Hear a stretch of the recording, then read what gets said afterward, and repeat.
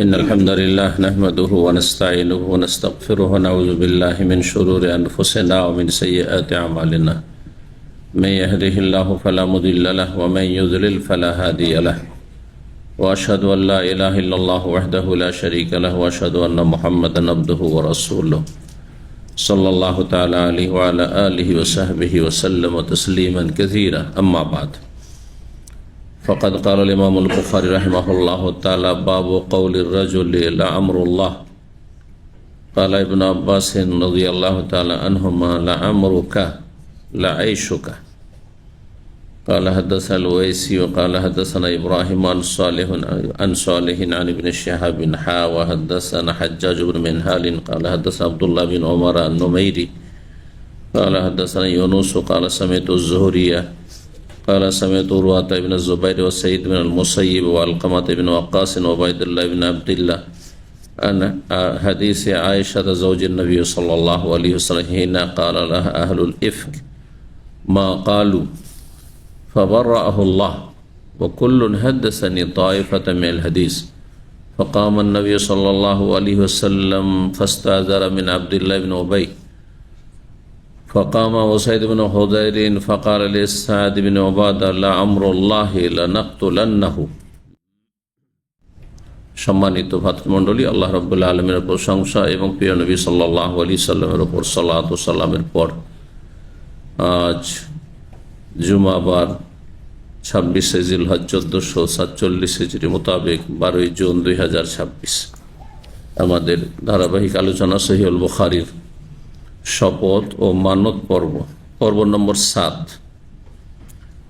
ইমাম বুখারীর এই মানত এবং শপথ পর্বের অধ্যায় নম্বর 13।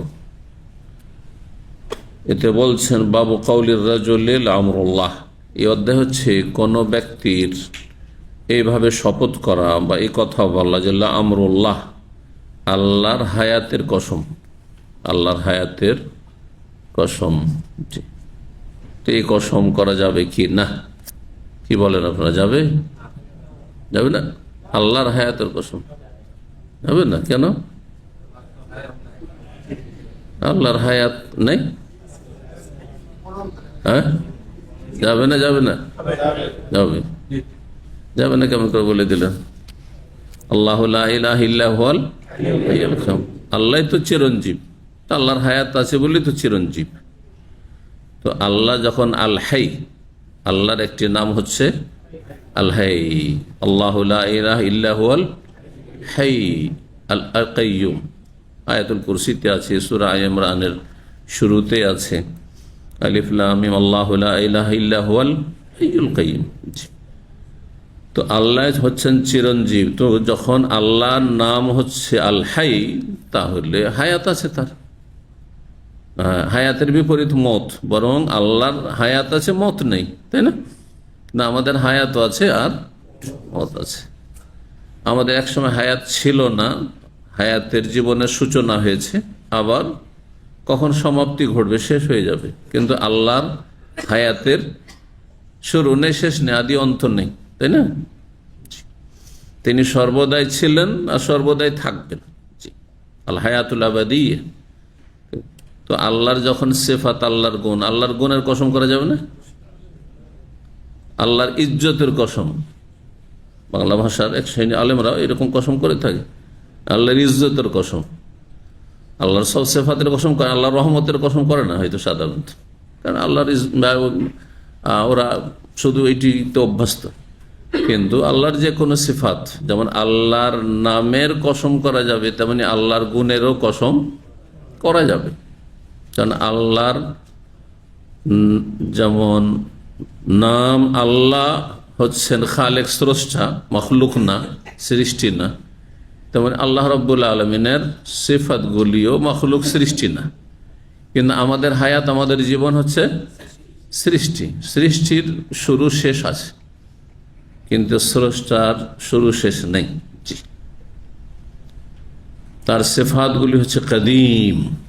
জি, আকিদার ভাষায় হচ্ছে কদিম। আউযু বিল্লাহিল আযীম ওয়া বিওয়াজহিল কদিম, আল্লাহর চেহারা, সিফাত, এখানে গুণ এসছে কদিম। কিছু কিছু আকীদার আলেমরা সেই আকীদা বলতে একটু বাড়াবাড়ি করে ফেলেছে।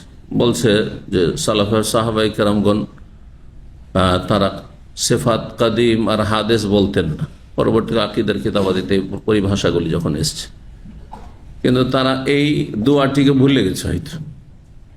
অথচ দোয়াটি নবী সাল্লাল্লাহু আলাইহি ওয়াসাল্লামের শেখানো।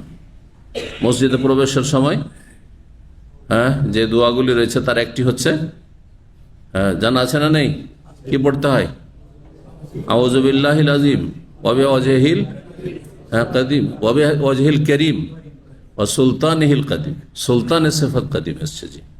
ওয়াজহের সিফাত গুণ করিম এসছে, সম্মানিত চেহারা। আর সুলতান মানে আল্লাহ রাব্বুল আলামিনের সার্বভৌমত্ব। জি। কাদিম, কাদিম মানে যার আদি অন্ত নেই। এমনি শাব্দিক অর্থ কাদিম মানে পুরাতন, কাদিম আর জাদিদ, বা কাদিম আর হাদিস। কিন্তু এখানে কাদিম বলতে যার আদি অন্ত নেই, শুরু নেই। জি, সর্বদাই আছেন আল্লাহ রাব্বুল, এবং আল্লাহর গুণাবলী আছে। আল্লাহর হায়াত যেমন আল্লাহ আছেন সর্বদাই, সব সময় আছেন এবং সবসময় থাকবেন, তেমনি আল্লাহ রাব্বুল আলমিনের হায়াত, আল্লাহ রাব্বুল রহমত, আল্লাহ রাব্বুল মাগফিরাত, আল্লাহ রাব্বুল আলম মর্যাদা, ইজ্জত, আল্লাহ যত সিফাত সর্বদাই আছে এবং থাকবে। জি। তো আল্লাহর যেমন কসম করা শরীয়ত সম্মত, তেমনি আল্লাহর সিফাত গুণাবলীর কসম করা হচ্ছে শরীয়ত সম্মত। রবের কসম, ঠিক আছে না? আর রব হচ্ছে আল্লাহর নাম, রব্বুল আলম, রব্বুন। কেউ যদি রবুবিয়াতের কসম, চলবে না? রব থেকে রবুবিয়াত, তৌহিদ রবুবিয়া বলছে। তো লা আমরুল্লাহ, আমরুন আর অমরুন, এমরুন আরবরা 3 রকম করে পড়ে। অমরটা আমাদের জানা আছে, বয়স, আয়ু, জীবন, কাছাকাছি শব্দ, তাই না? জীবনটা, মানুষের জীবনটা হচ্ছে আয়ু, আর আয়ুটা হচ্ছে বয়স, মানুষের সময়কাল। অমরুন, যদি কাউকে জিজ্ঞাসা আপনার বয়স কত আরবিতে, তো কি বলবেন? কাম অমরকা। কি বলছেন? কাম অমরকা। তো প্রসিদ্ধ যে আরবি সেটি হচ্ছে অমরুন, আইনে দম্মা দিয়ে, পেশ দিয়ে। কিন্তু একটি ভাষা বা একটি শব্দ বিভিন্ন ভাষাতে, সব ভাষাতেই আছে, আমাদের ভাষাতেও আছে, বিভিন্নভাবে উচ্চারণ করা হয়। বলেন, বলুন, বলছেন না? করলাম, করলুম, আছে না নেই? আছে, বিভিন্ন অঞ্চলে বিভিন্ন রকম আছে। এটাও শুদ্ধ, ওটাও শুদ্ধ, অনেক সময় ওটা আঞ্চলিক।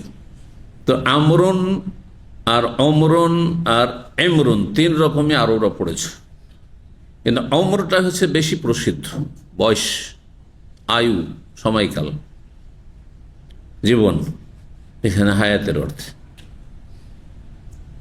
আর অপ্রসিদ্ধ যেটা হচ্ছে এমরুন, আইনে জের দি, কাসরা দি, ভাষ্যকারগণ এভাবে বলেছে। আর আমরুনটা শুধু শপথের ক্ষেত্রে বলা হয়, যদি কারো শপথ করেন, কারো জীবনের কসম, যদি কসমটি ইসলামে জায়েজ না, আল্লাহ ছাড়া অন্যের, মুখকে বলবেন লা আমরুকা, তোমার জীবনের কসম, তোমার হায়াতের কসম, এটা জায়েজ নয়। কিন্তু যদি আপনি কসম করেন তো অমরকা, তখন নয়, আমরকা। কোরআনে কারিমে রয়েছে সূরা হিজরের আয়াত নম্বর 72-এ লূত আলাইহিস সালাম এবং তার পাপিষ্ঠ কাফের কওম, সমকামী কওম, চরিত্রহীন কওম, মালাউন অভিশপ্ত কওম, সম্প্রদায়, তাদের ঘটনা প্রসঙ্গে আল্লাহ নবীর হায়াতের কসম করেছেন। আল্লাহর তার সৃষ্টি থেকে যে কোনো সৃষ্টি গুরুত্ব দেখানোর জন্য আল্লাহ তার সৃষ্টির কসম করেছেন না, করেন নাই? করেন।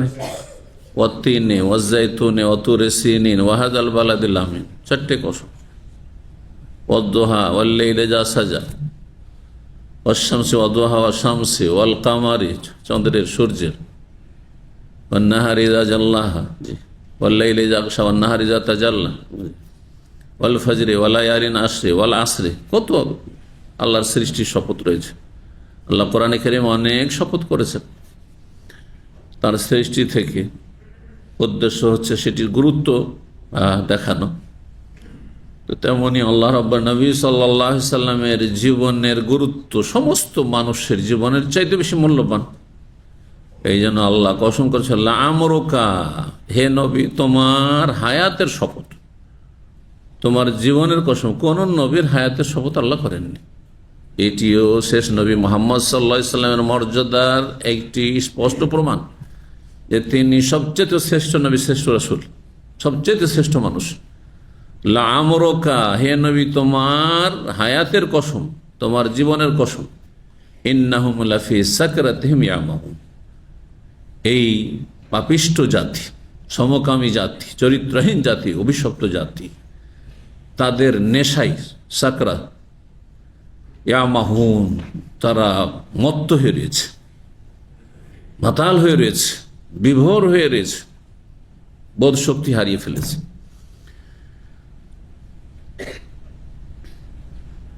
তো কেউ যদি কসম করে আমরুল্লাহ, তো করা যাবে কি না? হ্যাঁ, করা যাবে। আল্লাহর কসম ঠিক আছে, কিন্তু অন্যের কসম করা জায়েজ নয়। বলবেন যে আমার বাপের কসম বা বাপের জীবনের কসম, হ্যাঁ আমার জীবনের কসম, জায়েজ নয়। তাহলে হায়াতি, হায়াত আবি, হায়াত উম্মি, তাহলে এটা শিরক, জায়েজ নয়। বাবু কওলি রাজুলে, ইমাম বুখারী বলছেন এই অধ্যায় হচ্ছে কোন মানুষ যদি বলল আমরুল্লাহ, আল্লাহর হায়াতের কসম, আল্লাহর হায়াতের কসম। সূরা হিজরের তাফসীর করতে আব্দুল্লাহ ইবনে আব্বাস রাদিয়াল্লাহু তাআলা আনহু বলছেন লাআমরুকা, যে আয়াতটির তাফসীর বললাম, লাআমরুকা তিনি তাফসীর করে বলছেন লাআইশুকা, তোমার জীবন, হায়াত জীবন, আয়েশ মানে মানুষের জীবন যাপন, আয়েশ বলা। লাআইশুকা দিয়ে তাফসীর করেছে তোমার জীবনের কসম। নবী সাল্লাল্লাহু আলাইহি ওয়াসাল্লামের জীবনের শপথ করেছেন আল্লাহ রাব্বুল আলামিন। কসমের ক্ষেত্রে আইনে জাবার দিয়ে কেন পড়েন আরবরা? আরবদের ভাষায় এই রহস্যগুলি আছে। আমরণ মানে বয়স হয়, আয়ু হয়, জীবন হয়, কিন্তু আমরণ কেন পড়ে যখন শপথের ক্ষেত্রে? শপথটা মানুষ বেশি করে, কথায় কথায় শপথ, বিশেষ করে আরবরা তো আরো বেশি শপথ করে। তখন আরো ছিল কথায় কথায় শপথ, এক শ্রেণীর মানুষ আছে, তখনও ছিল, এখন অনেকে আছে, অন্যদের চাইতে বেশি তারা শপথ করে। তো যেই শব্দটি যত বেশি প্রয়োগ হয়, হ্যাঁ, তত বেশি হালকা করে বলতে হলে সুবিধাজনক। যদি হালকা করে বলেন তাহলে সুবিধাজনক, আর ভারী যদি হয় বলতে উচ্চারণ কঠিন। কিছু কিছু শব্দ আছে না, উচ্চারণ খুবই কঠিন, উচ্চারণ এত কঠিন যে অনেকে শুদ্ধ উচ্চারণ করতে পারে না, বুঝছেন না? জনসাধারণ আমাদের দেশের এক সময় দেখতাম ড্রাইভার উচ্চারণ করতে পারতাম না, ড্রাইভার, বুঝতে পারছেন না? এখন শিক্ষিত, অনেক শিক্ষিত দেখেছি, কিছু হোটেলের নামে এত মুশকিল আছে যে ঠিকভাবে এখন উচ্চারণ করতে পারে না, বিকৃত উচ্চারণ করে। কারণ এত মুশকিল উচ্চারণ মনে রাখা মুশকিল, আর উচ্চারণ করাও মুশকিল জবানের জন্য। তো আরবিতে ওদের নীতিমালা হচ্ছে, একটা হচ্ছে জবর, জের, পেশ, কোনটা বেশি হালকা? আরো সহজ করে বলি, আলিফ জবর আ, আলিফ জের এ, আর আলিফ পেশ ও, কোনটা বলা সহজ? আ সহজ, ও মুশকিল, এ মুশকিল, তাই না? এই সেই জন্য আমরকা করে দিয়েছে না। এগুলো আরবি যখন ভাষা জ্ঞান সম্পর্কে চর্চা করা হয় বা গ্রামার, তখন আলোচনা করা হয়। তো কসমের ক্ষেত্রে এই জন্য আমরকা করা হয়েছে। আমরণ মানে অমরণ, মানে বয়স বা আয়ু বা জীবন। 6662 নম্বর হাদিস। হাদিস বর্ণনা করছেন ইমাম জোহরি রাহিমাহুল্লাহ, প্রখ্যাত তাবী। সেখান থেকে শুরু করি, কারণ তিনি একজন তাবী, কিন্তু তার চাইতে সিনিয়র তাবী। তাবেঈনদের 3টি স্তর, ওই রকম সাহাবায়ে কেরামদের 3টি স্তর করা যেতে পারে, 3টি স্তর করা যেতে পারে। প্রতিটি সম্প্রদায় 3টি স্তর করলে মোটামুটি আপনি সামিল করতে পারবেন। আলেমদের 3টি স্তর আছে, আছে না নাই? একদল আলেম, অনেক বড় আলেম, হ্যাঁ, তারা কোরআন এবং হাদিস থেকে ইজতিহাদ করে ফতোয়া দিতে পারবে।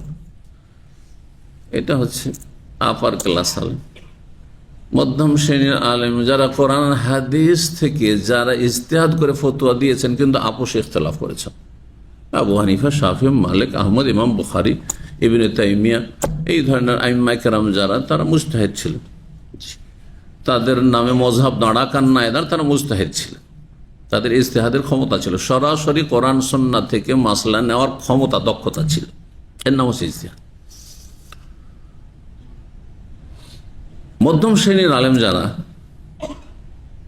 তাদের কাজ সরাসরি একবারে একটা হাদিস আর একটা আয়াত দিয়ে ফতোয়া দেওয়া নাই। কিন্তু এটা করতে গিয়ে কিন্তু এই এক শ্রেণীর আলেম, আমাদের বাংলাদেশে বিশেষ করে আর ভারতে, এই ভুলগুলো ফতোয়া দিতে গিয়ে আমাদের আলেমরা করে। সেই আগে আলেম ফতোয়া দিতে বিভ্রান্ত করে মানুষ, এইখানে গিয়ে ভুল করে। ও নিজে ইমাম বুখারীর মতো ইজতিহাদ করা শুরু করে, ইবনে তাইমিয়ার মতো ইজতিহাদ করা শুরু করে, আর শেখ ইবনে বাজের মতো ইজতিহাদ করা শুরু করে, ইবনে উসাইমিন আর ওই আলবানির পর্যায়ে মনে করে নিজেকে। এখানে গিয়ে ভুল করে দেয়। আপনি নিজের অবস্থাটা বুঝার চেষ্টা করুন যে আমার অবস্থানটা কোথায়। এটা যে লোক না বুঝে সেই কিন্তু ভুল করে দুনিয়ার ক্ষেত্রে। আপনি সাধারণ একটা চাকরি করেন, 2000 বেতন পান, আর যে 5000 পায় তার মতো খরচ করেন, তো বেকুব না?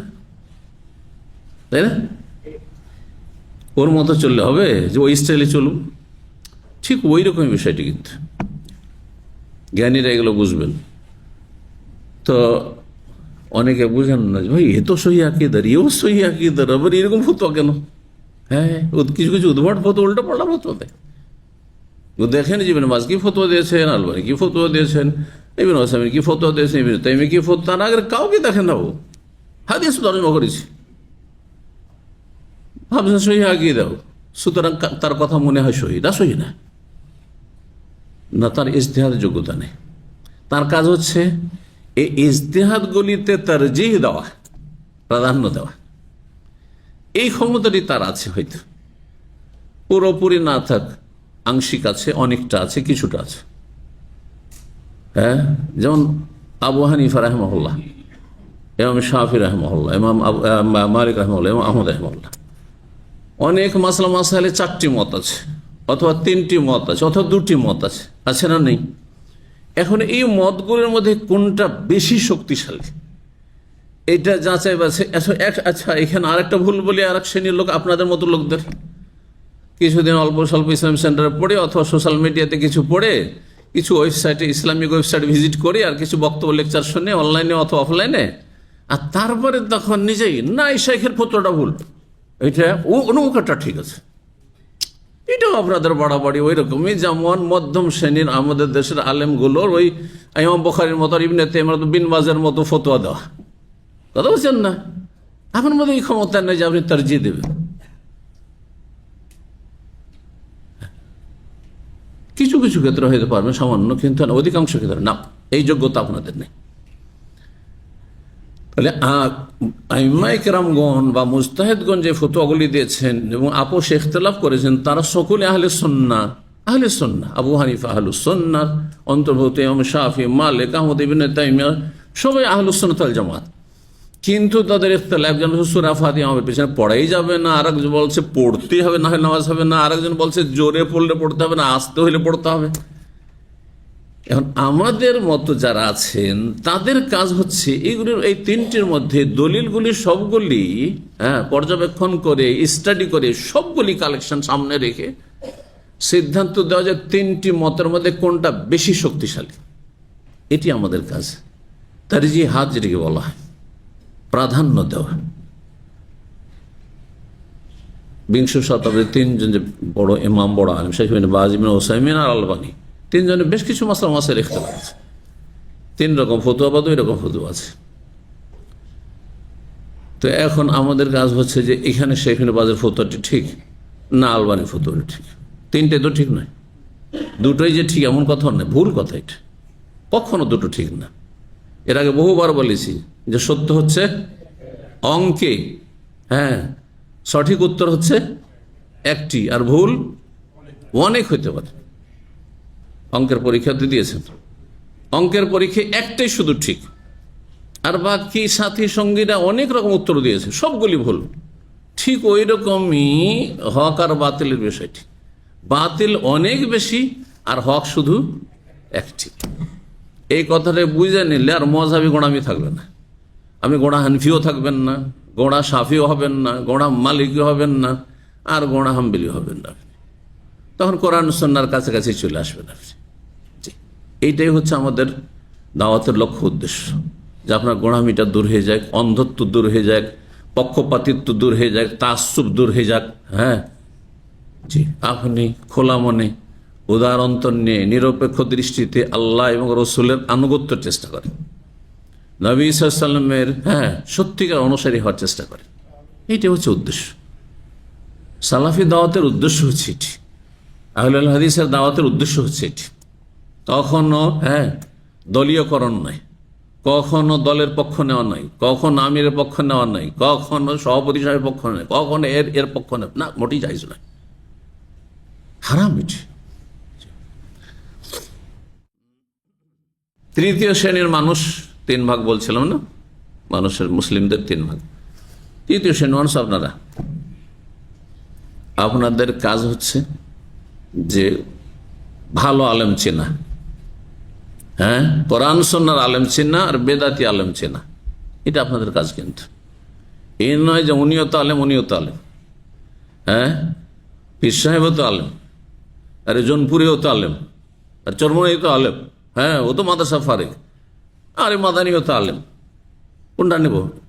এত অন্ধ থাকলে কাজ হবে না, জাহান্নামে যেতে হবে। এখানে আপনার কোরআন সুন্নাহর আলেম বেছে নিতে হবে, এইটা যাচাই বাছাই করতে হবে। আপনি যথাসাধ্য চেষ্টা করুন, আল্লাহর কাছে যদি দোয়া করুন, আল্লাহ অবশ্যই আপনার অন্তর খুলে দেবেন। আপনি এখানে অপারগ মোটেই না, মোটেই না। কিছুটা লেখাপড়া করলেই বুঝতে পারবেন। যেমন ভাত, যারা জীবনে পাক শাক করেননি, মায়ের হোটেলে বাপের হোটেলে খেয়ে এসছেন, প্রবাসে এসে পাক করা শুরু করেছেন। প্রথম দিন ভাতকে দিয়েছেন গলিয়ে নরম করে দিয়েছেন, আর একদিন শক্তই রেখে দিয়েছেন। এই 2-4 দিন পাক শাক করতে করতে একদিন বেশি ঝাল করে দিয়ে লবণ দিয়েছেন, একদিন কমিয়ে দিয়েছেন, আর একদিন খারাপ করে দিয়েছেন, ঝোল বেশি করে দিয়েছেন। এই করতে করতে মোটামুটি ঠিক হয়েছে। আর ভাত পাক হয়েছে না হয়নি চেনার জন্য সবগুলি ভাত নাড়াচাড়া দিতে হয় না, যে দেখি সবগুলিকে নাড়তে হবে। 2-4টা ভাত টিপলে বোঝা যায়, তাই না? এই জন্য আমার আপনার আলেমদের ফতোয়া, কার ফতোয়া বেশি সহি এটা জানার জন্য সবগুলি কোরআন হাদিস যাচাই প্রয়োজন নেই আপনাদের জন্য। কিন্তু ওই ভাত টিপার মতো 2-4-5টা ফতোয়া যদি কোরআন হাদিসের আলোকে যাচাই করেন যে কথাগুলি ঠিক কিনা, একটু হাদিসের সাথে মিলিয়ে দেখি তো, আয়াতের সাথে মিলিয়ে দেখি তো, তখন সব স্পষ্ট হয়ে যাবে, সব স্পষ্ট হয়ে যাবে। আল্লাহ বোঝার জন্য তৌফিক দান করেন। এই জন্য আপনারা আলেমদের মতো ফতোয়া দেওয়া শুরু করবেন না, জানা শিক্ষিত লোকেরা, বুঝতে পারছেন না? জি। আর যারা বর্তমান যুগের আলেম, মধ্যম শ্রেণীর আলেম বা ভালো আলেম, আজকালকার জামানার অর্থে ভালো আলেম, আজকালকার ভাষা ভালো আলেম, তারা আবার ইবনে তাইমিয়ার মতো, ইবনে বাজের মতো, ইবনে উসাইমিন আর আলবানির মতো ফতোয়া দেওয়া শুরু করবেন না। আপনার আবু হানিফা, শাফি, মালিক, আহমদের ফতোয়া দেওয়া শুরু করবেন না, বুঝছেন না? জি, আল্লাহ বোঝার তৌফিক দান করেন। কি বলতে গিয়ে এত দূর চলে গেলাম? সাহাবাই কেরামদেরকেও 3 ভাগ হওয়া হয়েছে। সিনিয়র সাহাবাই কেরাম, আবু বকর, ওমর, ওসমান, আলী, এই ধরনের আশরা মুবাশশারা, বদরি সাহাবি, প্রথম দিকে যারা ইসলাম গ্রহণ করেছেন, মুহাজির আনসার, প্রথম সারির। মধ্যম শ্রেণীর মানুষ যারা মক্কা বিজয়ের আগে আগে ইসলাম গ্রহণ করেছেন, কিন্তু বদর, ওহুদ হওয়ার পরে, খন্দকের সময়কাল থেকে 5ম, 7ম, 8ম এই হিজরিগুলোতে।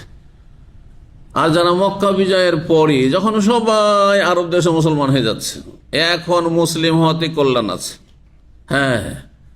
পাকা ইমান নিয়ে কিছু, আর কিছু দুর্বল ইমান নিয়ে, এতেই কল্যাণ আছে, ইসলাম গ্রহণ করেছে একবারে শেষ দিকে।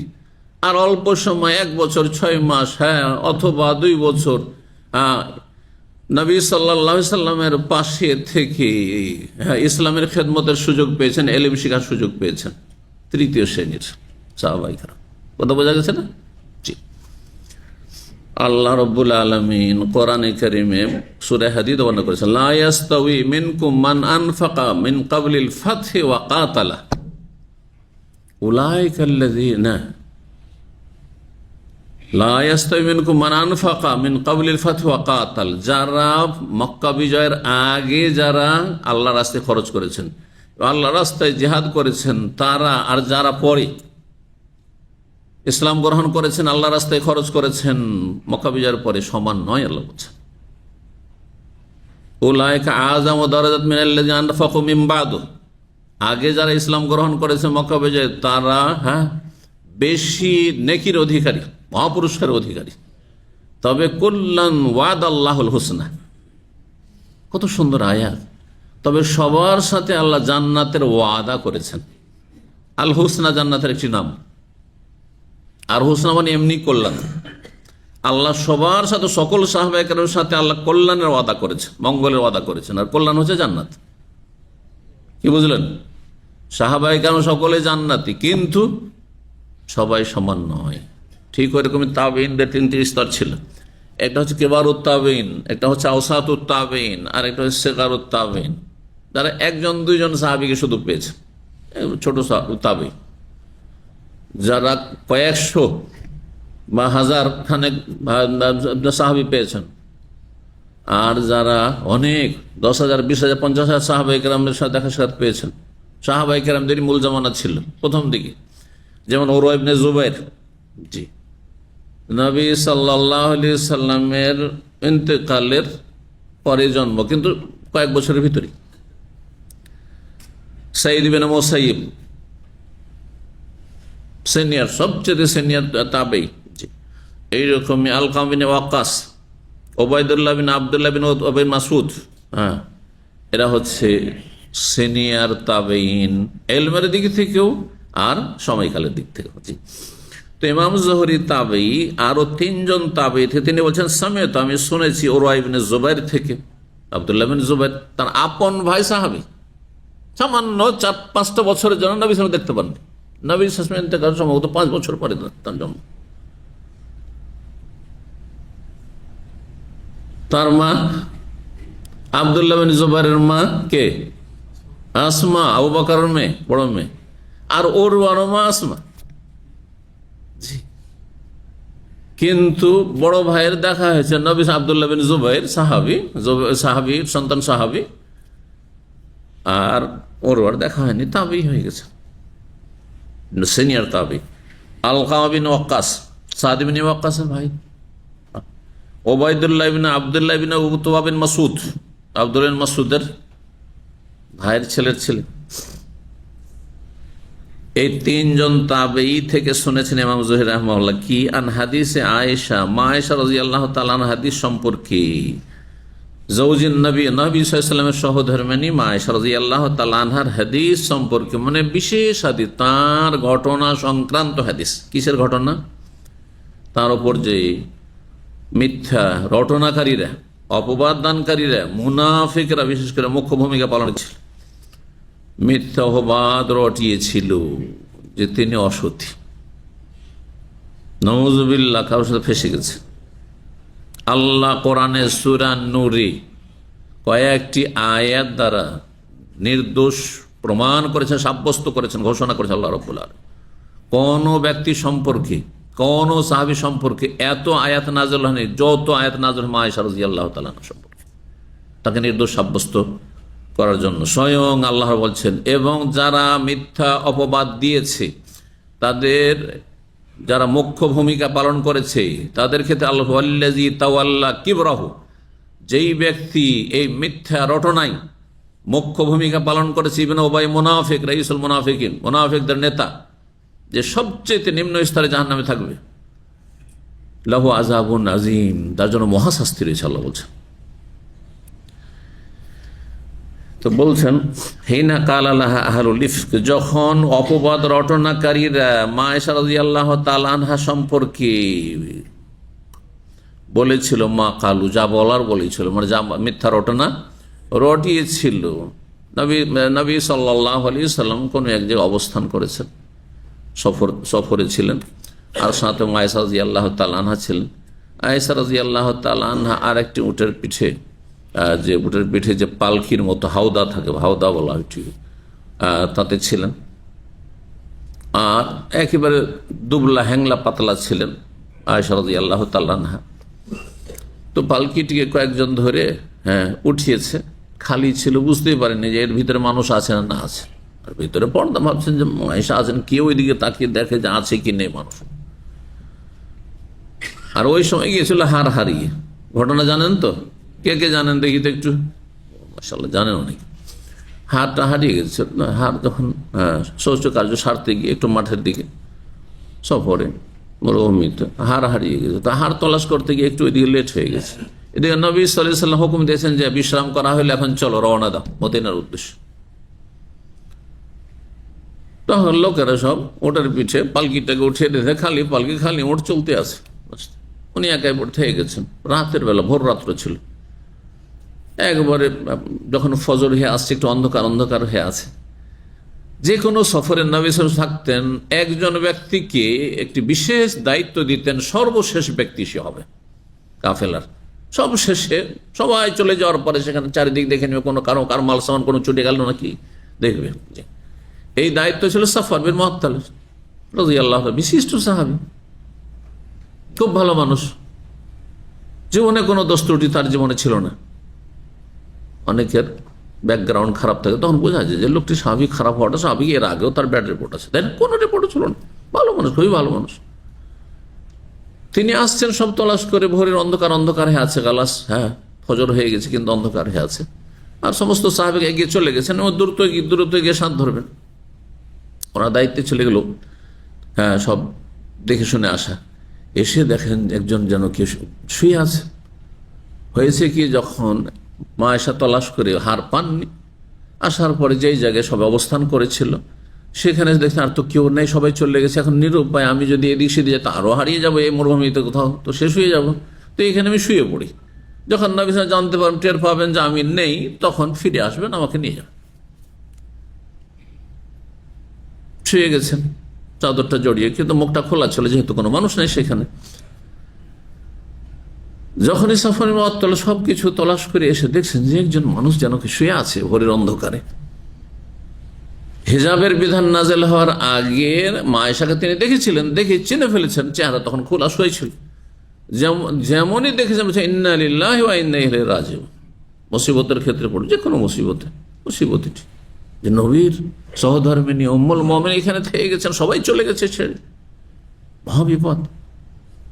যেমন ইন্না লিল্লাহ শোনা, তেমন মা আয়েশা রাদিয়াল্লাহু তাআলার চেহারা তাড়াতাড়ি করে ঢেকে নিয়েছেন, যেহেতু হিজাবের বিধান তখন নাযিল হয়ে গেছে, 6 হিজরির পরের ঘটনা এটি।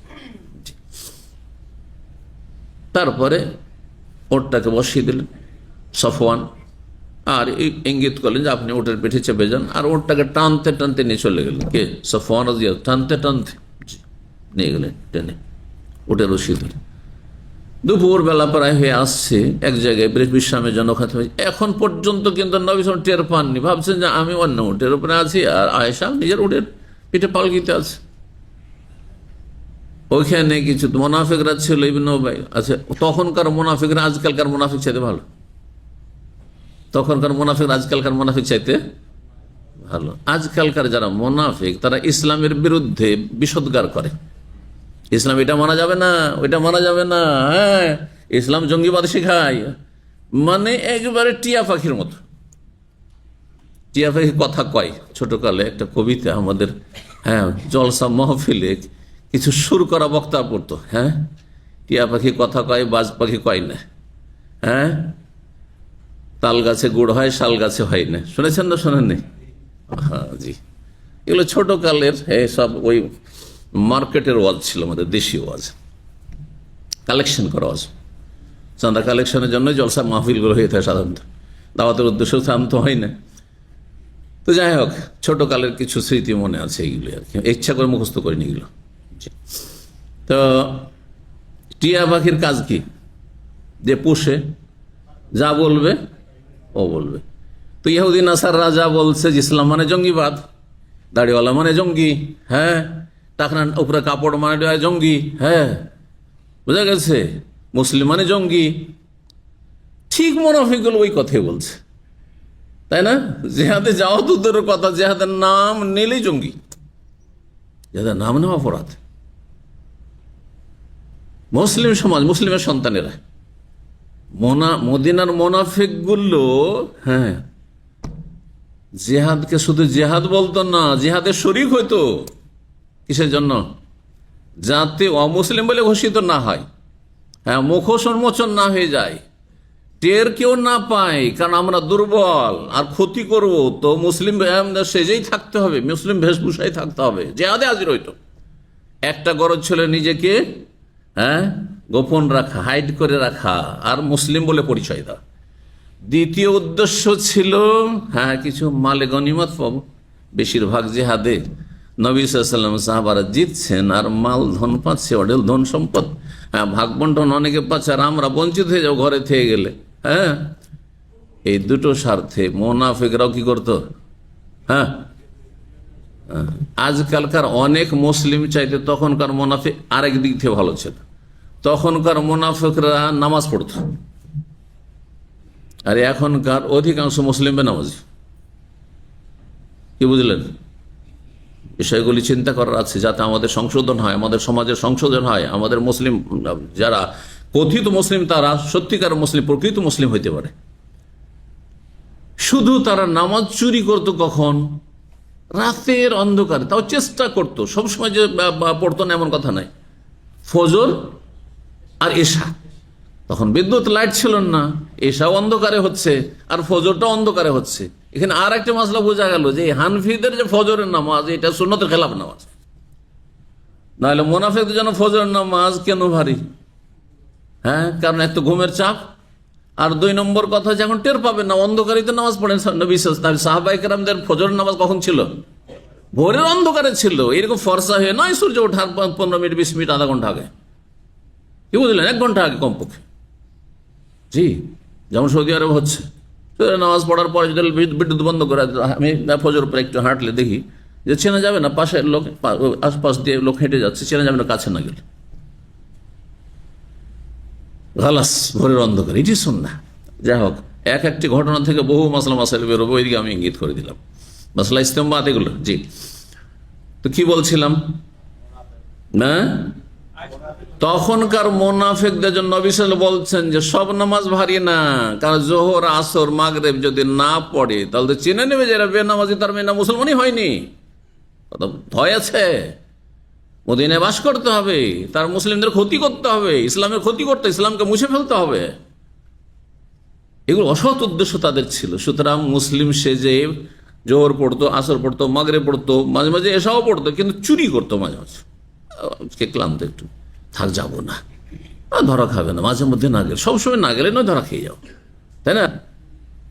আসকালুস সালাতি আলাল মুনাফিকিন সালাতুল ইশা ওয়া সালাতুল ফজর, সবচেয়ে ভারী নামাজ মুনাফিকদের জন্য কোন নামাজ?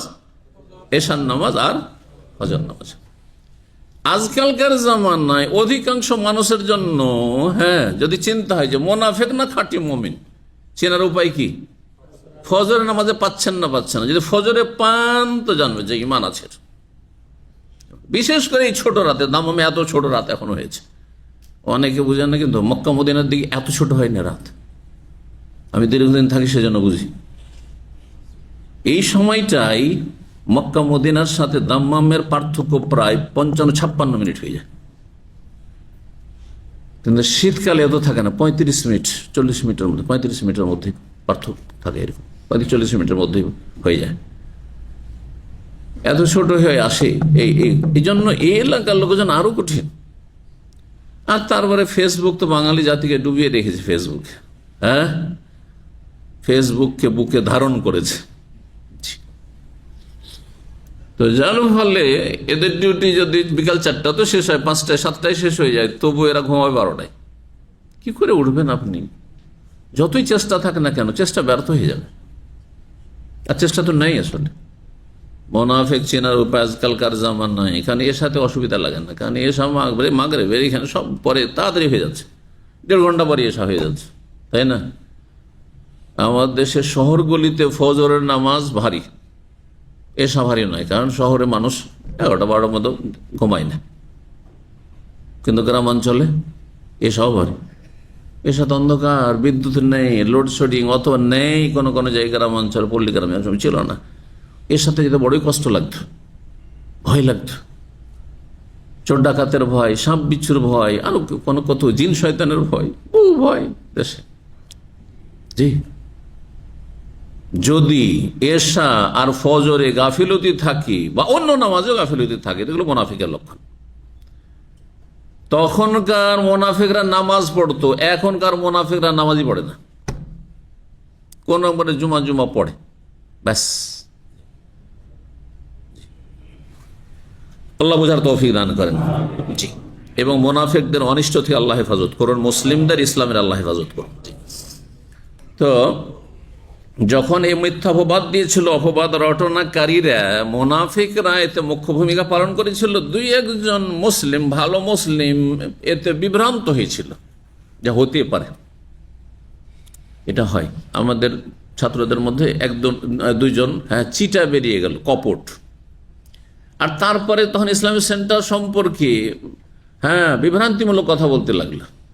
তখন কিছু আমাদের দিনী ভাই ভালো মানুষ, কিন্তু তারা ওই ওদের মতো বিভ্রান্ত হয়ে গেল। তারা হইতেও পারে, হইতেও পারে। জি, স্বাভাবিক। খবরদার এরকম হবেন না, এটা বদ চরিত্র। কারো দ্বারা বিভ্রান্ত হবেন না। নিজের চোখে দেখেন আর নিজের জিভাই চোখে দেখেন। খেতে বসেছি, বলছে ভাই খারাপ লাগছে, তাহলে আমি খাবো না। এটা বেকুফের কাজ, কথা বুঝতে পারছেন? আপনার প্লেটে 4-5 জন খেতে বসেছেন আর বলছেন আজকের খাবারটা ভালো না, আর সাথে সাথে হাত উঠিয়ে নেবেন। আর 1-2 লোক খেয়ে দেখেন, ভালো, ওকে ভালো লাগে না, আপনাকে ভালো লাগতে পারে। প্রত্যেকের রুচি আলাদা আলাদা আছে, ওর দৃষ্টিভঙ্গি আলাদা আছে, সেই জন্য সে খারাপ দৃষ্টিতে দেখছে। সে একটা জিনিসকে বিভিন্ন রকমের মানুষ দেখে থাকে। দৃষ্টিকোণ যখন আলাদা হয়ে যায় তখন দেখা আলাদা হয়ে যায়। একজন বলছে ভালো, একজন বলছে মন্দ। আল্লাহ বুঝার তৌফিক দান করেন। যখন এরা মিথ্যা অপবাদ রটাতে লাগলো, আল্লাহ তখন মা আয়েশা রাদিয়াল্লাহু তাআলা আনহাকে নির্দোষ সাব্যস্ত করলেন। ওয়াকুল্লুন হাদ্দাসানি তায়ফাতুম মিনাল হাদিস। ইমাম যুহরি রাহিমাহুল্লাহ বলছেন যে এই যে আমি কয়েকজন তাবেঈ থেকে এই হাদিস শুনেছি। ইমাম যুহরি অধিকাংশ হাদিস সাহাবী থেকে বর্ণনা করেছেন, কিন্তু এই হাদিসটি উরওয়া বিন যুবাইর, সাঈদ বিন মুসাইয়্যিব, আলকামা বিন ওয়াক্কাস, উবাইদ বিন আব্দুল্লাহ, 4 জন তাবেঈ, বিশিষ্ট তাবেঈ, কেবারে তাবেঈন থেকে হাদিসটি শুনেছেন। বলছেন যে এই যে লম্বা ঘটনা, শুরু থেকে শেষ পর্যন্ত এই মিথ্যা অপবাদের ঘটনা মা আয়েশার উপর, এটা গোটাটাই একজনের কাছ থেকে শুনি, বা সবার কাছ থেকে ফুল শুনিনি। কারো কাছ থেকে কিছু অংশ, কারো কাছ থেকে কিছু অংশ, কারো কাছ থেকে কিছু অংশ। দেখলাম যে কেউ এই সাইডটা বেশি তুলে ধরে, কেউ সেটা তুলে ধরেছে। পুরোটাকে আমি একত্রিত করে আমি বর্ণনা করছি। ঘটনার ক্ষেত্রে এমনটা হয় যে কোনো একটা ঘটনা ঘটলে আংশিক মানুষ বর্ণনা করে থাকে, পুরোটা হয়তো আয়ত্ত করেনি। যতটুকু সে দেখেছে ততটুকু বর্ণনা করছে। আর একজন আর একটু প্রথম দিকে দেখেছে, তারপর চলে এসছে। আর একজন শেষ দিকে দেখেছে, তারপর চলে এসছে। একজন মাঝখানে দেখেছে, তারপর চলে এসছে। যে যতটা দেখেছে শুনেছে ততটা না বর্ণনা করবে, এরকম বিষয়টা। তো তারপরে অনেকে মনে রাখতে পারে না। সবাই যে সব কথা মনে রাখতে পারে পুরোপুরি তাও জরুরি নয়। তো যাই হোক, বলছেন কুল্লুন হাদ্দাসানি, এই কয়েকজন তাবেঈ আমাকে হাদিস বর্ণনা করেছেন। তায়ফাতুম মিনাল হাদিস মানে এই দীর্ঘ হাদিসের এক একটি অংশ। তায়ফা মানে এক একটি অংশ, তায়ফা মানে দল, তায়ফা মানে একটি টুকরো, একটা অংশ, এই অর্থগুলি হয়ে থাকে। ফাকাল নবী সাল্লাল্লাহু আলাইহি সাল্লাম যখন দেখলেন যে দীর্ঘ সময় এইরকম মদিনাতে এই আপনার মিথ্যাবাদের খুব রটনা চলছে, আর এখানে মুখ্য ভূমিকা পালন করছে, সমাজকে বিষাক্ত করে তুলছে ইবনে উবাই মুনাফিক, নবী সাল্লাল্লাহু আলাইহি সাল্লাম বললেন যে এই ইবনে উবাইয়ের অনিষ্ট থেকে আমাকে কে রক্ষা করবে, আমার পরিবারকে কে রক্ষা করবে? কারণ এর ভাষা এত খারাপ হয়েছে যে আরে তোমরা কার কথা শুনতে যাচ্ছ, নাউজুবিল্লাহ। উদ্দেশ্য কত অসৎ ছিল। এই মুহাম্মাদের কথা শুনছো, যার স্ত্রী ঠিক ঠিকানা নেই, যার স্ত্রীর চরিত্র হচ্ছে এরকম, নাউজুবিল্লাহ, এই ধরনের কথা বলছে। উদ্দেশ্য সবগুলিকে মুরতাদ বানানো, ইসলাম বিমুখ, ইসলামের বিপক্ষে যাতে দাঁড়িয়ে যায়। নাউজুবিল্লাহ, কত অসৎ উদ্দেশ্য তাদের ছিল। এর সবসময় থাকি। আজকাল কিছু মুনাফিক আছে, বাংলাদেশে যখন পারেন না চলে যায়, পশ্চিমা দেশে চলে যায়, আর সেখান থেকে বিশুদ্ধার করে। দেখেছেন না এসব? খবরদার বিভ্রান্ত হবেন না। ভুল ব্যাখ্যা করা হচ্ছে, অবব্যাখ্যা করা হচ্ছে। জি, বহু বিবাহ নিয়ে হোক অথবা যে কোনো ঘটনা নিয়ে হোক, নবী সাল্লাল্লাহু আলাইহি ওয়াসাল্লাম বিশেষ কোনো বিয়ে নিয়ে হোক, হ্যাঁ, ভুল ব্যাখ্যা করা হচ্ছে, হ্যাঁ, তিলকে তাল করা হচ্ছে।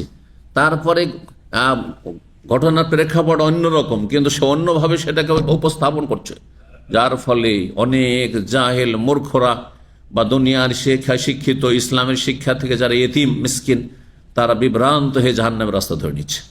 সতর্ক, সাবধান। ফাস্তাজারা মিন আব্দুল্লাহ বিন উবাই, আব্দুল্লাহ বিন মুনাফিক থেকে, তার মিথ্যা রটনা থেকে নবী করিম সাল্লাল্লাহু আলাইহি সাল্লাম নিরাপত্তা চাইলেন যে রক্ষা করো, না হলে এর ভাষা এত খারাপ হয়েছে আর এত মানুষকে বিভ্রান্ত করছে। ইবনে উবাই মুনাফিক ছিল খাজরাজ বংশের, দুটো বংশই আনসারি বংশ, আর এই আনসারি বংশ থেকে মুনাফিক ছিল। মুনাফিক মুহাজিরদের মধ্যে কেউ ছিল না, কথা বলছেন না? এটাও তথ্য মনে রাখবেন যে মুহাজির যারা মক্কা থেকে এসেছেন তারা সবাই খাঁটি ঈমান নিয়ে এসেছিলেন, না হলে এটা এত সহজ বিষয় নাই যে নিজের ঘর বাড়ি থেকে উচ্ছেদ হয়ে চলে আসব অথচ ঈমান অন্তরে পাকা নেই। এটা হবে না, কখনো হবে না। মুনাফিক কোথায় হয়েছে? এখানে যারা বাড়িতে বসে আছে, খেজুর বাগান আছে আর আইসা আরাম করছে, আর তারপর এরা চাইছিল না যে এখানে মদিনায় এসে হ্যাঁ ইসলাম প্রতিষ্ঠিত হোক আর মুহাম্মদ সাল্লাল্লাহু আলাইহি সাল্লাম এখানে করে। দেখেন, এখন পর্যন্ত এই মুনাফিকদের চরিত্র মুসলিম সমাজে আছে। একজন বিদেশি ভিনদেশি মানুষ অথবা অন্য ডিস্ট্রিক্টের মানুষ যদি আপনার গ্রামে এসে বাড়ি বাঁধে অথবা আপনার মহল্লায় বাড়ি বাঁধে, হ্যাঁ, তাহলে ওকে রিফিউজি মনে করে। ওর যদি বংশ বলি না থাকে সেখানে রিফিউজি, সবসময় তাকে খারাপ দৃষ্টিতে দেখবে। আছে না নাই? জি।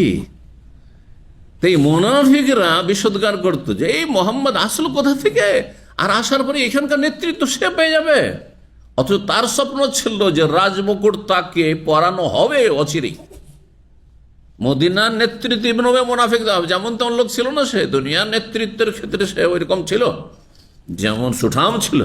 নেতৃত্বের জন্য শারীরিক গঠনও লাগে অনেক সময়, তো শারীরিক গঠনও ছিল আর বিদ্যা বুদ্ধিও ছিল আর সাহসও ছিল, বীরত্বও ছিল, এসব ছিল। এবং মদিনাবাসী আওস খাজা সবাই মিলে একে মদিনার শাসক বানাতে চেয়েছিল।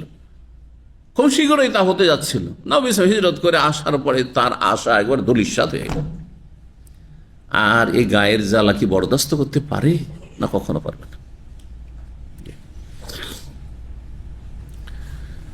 এই ইবনে উবাই মুনাফিক থেকে নিরাপত্তা চাইলেন, তার অনিষ্ট থেকে। রাসূলুল্লাহ সাল্লাল্লাহু আলাইহি ওয়াসাল্লাম আনসারী সাহাবায়ে কেরাম দেখেছে তোমরা কিছু করো, তোমাদের বংশের লোক। আর খাজরাজ বংশের প্রধান ছিলেন তখন সাদ বিন আবি ওবাদা, সাদ বিন ওবাদা রাদিয়াল্লাহু তাআলা। ফাকামা উসাইদ বিন হুযাইর, উসাইদ বিন হুযাইর ছিলেন আওস বংশের।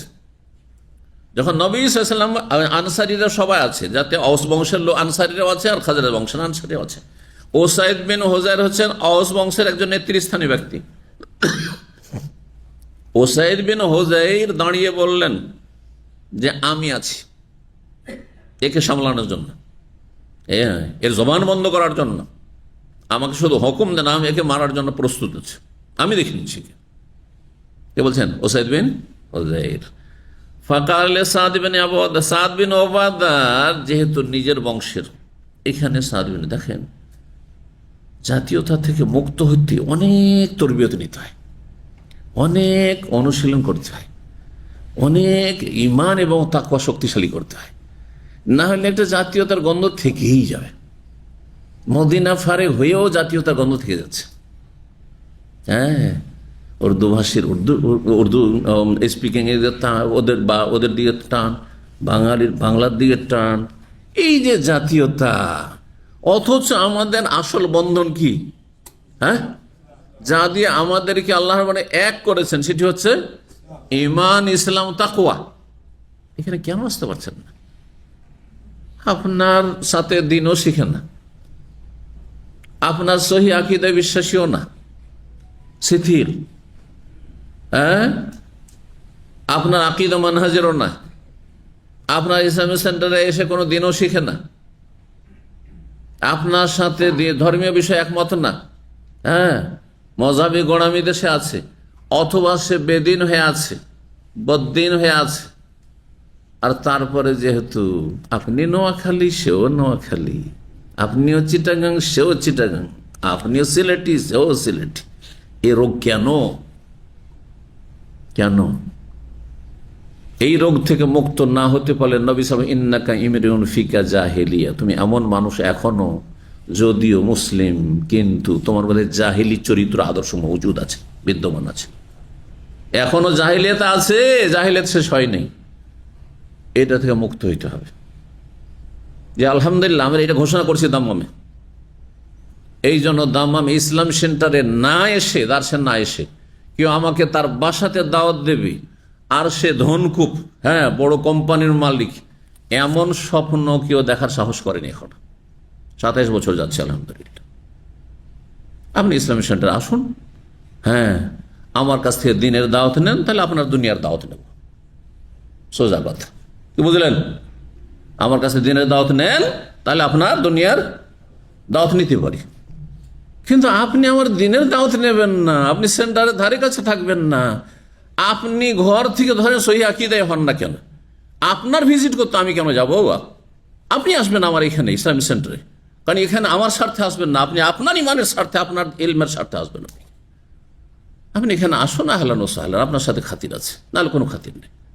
এই জন্য আমার আশেপাশের লোক আছে, যাদের বাড়ি আমাদের আশেপাশে, আমি জানি দাম তাদেরকে অনেকে চেয়ে না, জানি যে আছে কিছু এইরকম ছেলে, চাই না কোনোদিন।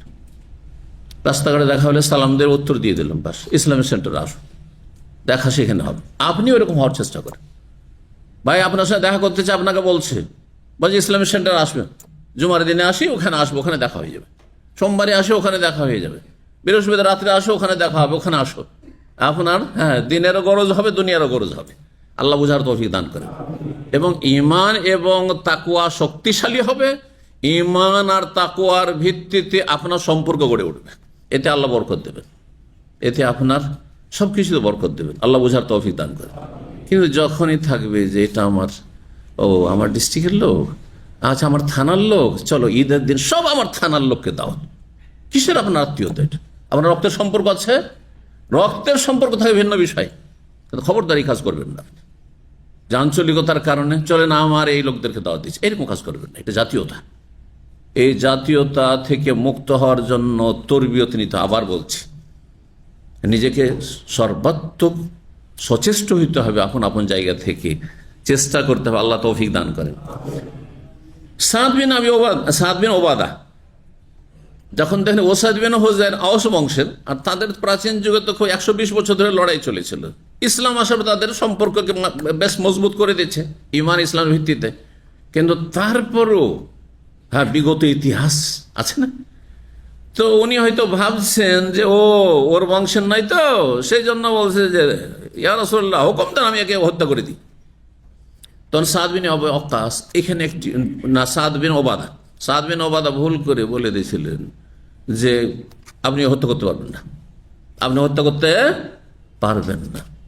নবী সাল্লাল্লাহু আলাইহি ওয়াসাল্লাম হত্যার অনুমতিও দেননি।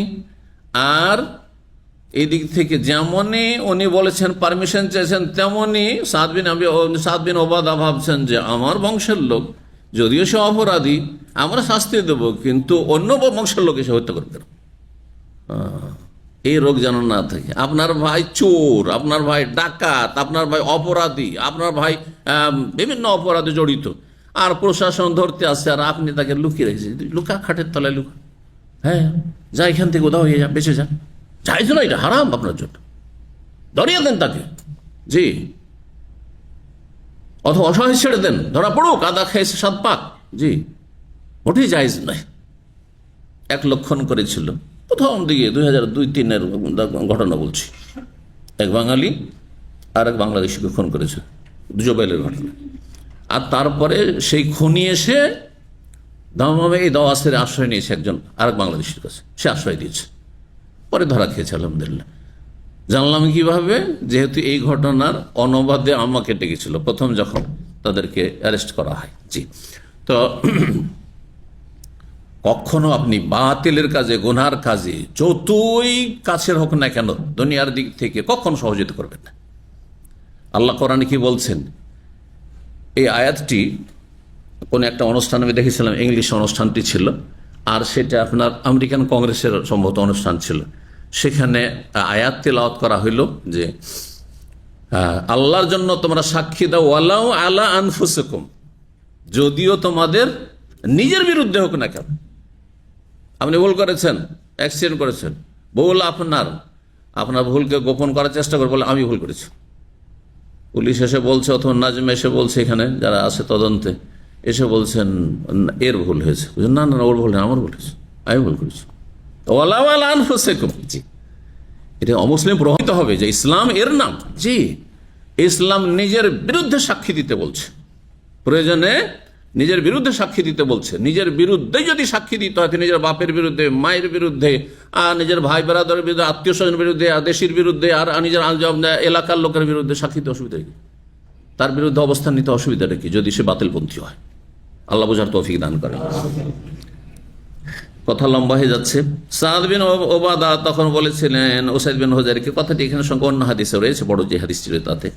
তখন সাদ বিন ওবাদাকে বলেছিলেন উসাইদ বিন হুযাইর, লা আমরুল্লাহি, হ্যাঁ এই যে এসেছিল আমরুল্লাহি, আল্লাহর হায়াতের শব্দ, লা নাকতুলান্নাহু, আমি ইবনে উবাইকে হত্যা করব, আমি ইবনে উবাইকে হত্যা করব। সাদ বিন ওবাদা বাধা দিয়েছেন, নবী সাল্লাল্লাহু আলাইহি সাল্লাম দুজনকে থামালেন, জি, যাতে করে শয়তান সুযোগ না পেয়ে যায়। কারণ কথা কাটাকাটি হলে তো শয়তান, মানুষ নিজের ব্যালেন্স হারিয়ে ফেলবে। ব্যালেন্স যখন মানুষ হারিয়ে ফেলবে, রাগান্বিত হয়, তখন কিন্তু স্থির থাকে না। এই জন্য রাগের অবস্থায় কোনো সিদ্ধান্ত নেবেন না। রাগের অবস্থায় বিচার করা হারাম, বিচার সালিশ করা হারাম। রাগের কোনো জজ রেগে গেছে কোনো ব্যক্তির ওপর, হাকিম কাজী রেগে গেছে, বিচার করা হারাম। রাগের অবস্থায় কোনো সিদ্ধান্ত নেওয়া হারাম। রাগের অবস্থায় তালাক দেওয়া হারাম, যাইস না, তালাক দিবেন না, কারণ তখন আর ব্যালেন্স ঠিক নেই আপনার। রাগ হয়েছে, ঠান্ডা হয়ে যান, তারপর চিন্তা করেন না, ওই অবাধ্যকে রাখা যাবে না, ঠান্ডা মেজাজে তখন তালাক দেন। 14 নম্বর অধ্যায়, বাবুনি অধ্যায় হচ্ছে লা ইউআখিযুকুমুল্লাহু বিল্লাগওয়ি ফি আইমানিকুম, আল্লাহ তোমাদেরকে পাকড়াও করবেন না, ধরবেন না তোমাদের অসার শপথের ক্ষেত্রে। কসম কয় প্রকার, কত শব্দ বলেছিলাম? 3 প্রকার। নামগুলি মনে আছে আরবিতে? যার মনে আছে বলেন একটু। হ্যাঁ, একটি তো এটাই, এই তো আয়াতে আসলো। কসম লাগো, লাগো মানে অসার, অনিচ্ছাকৃত মুখ দিয়ে বেরিয়ে যায়, বল্লা গুনার ওপর। একটা কথা জিজ্ঞাসা করছেন, হয়তো জানে, কিন্তু হঠাৎ করে মুখ দিয়ে বল্লাহ মাদ্রি, ই বল্লাহ, হ্যাঁ বল্লাহ বা না বল্লাহ বলে দিল, পরে চিন্তা করছেন না কথাটা তো ভুল। এই যে মুখ দিয়ে হঠাৎ করে বেরিয়ে গেছে, এতে আল্লাহ ধরবেন না, গোনাও হবে না, ধরবেন না মানে গোনাও হবে না, আর কাফারাও লাগবে না। এটা হচ্ছে লাউ কসমের হুকুম। আর কাসামে গমুস এর পরে সামনে দার্সে আসবে ইনশাআল্লাহ, আলিয়ামে বা 16 নম্বর অধ্যায়। 16 নম্বর, আমরা 13 নম্বর থেকে শুরু করেছিলাম, এখন 14 নম্বর শুরু করেছি। 16 নম্বর বাবুল ইয়ামিনিল গামুস, এই অধ্যায় হচ্ছে এমন কসম সম্পর্কে যেটা জাহান্নামে ডুবিয়ে দেবে।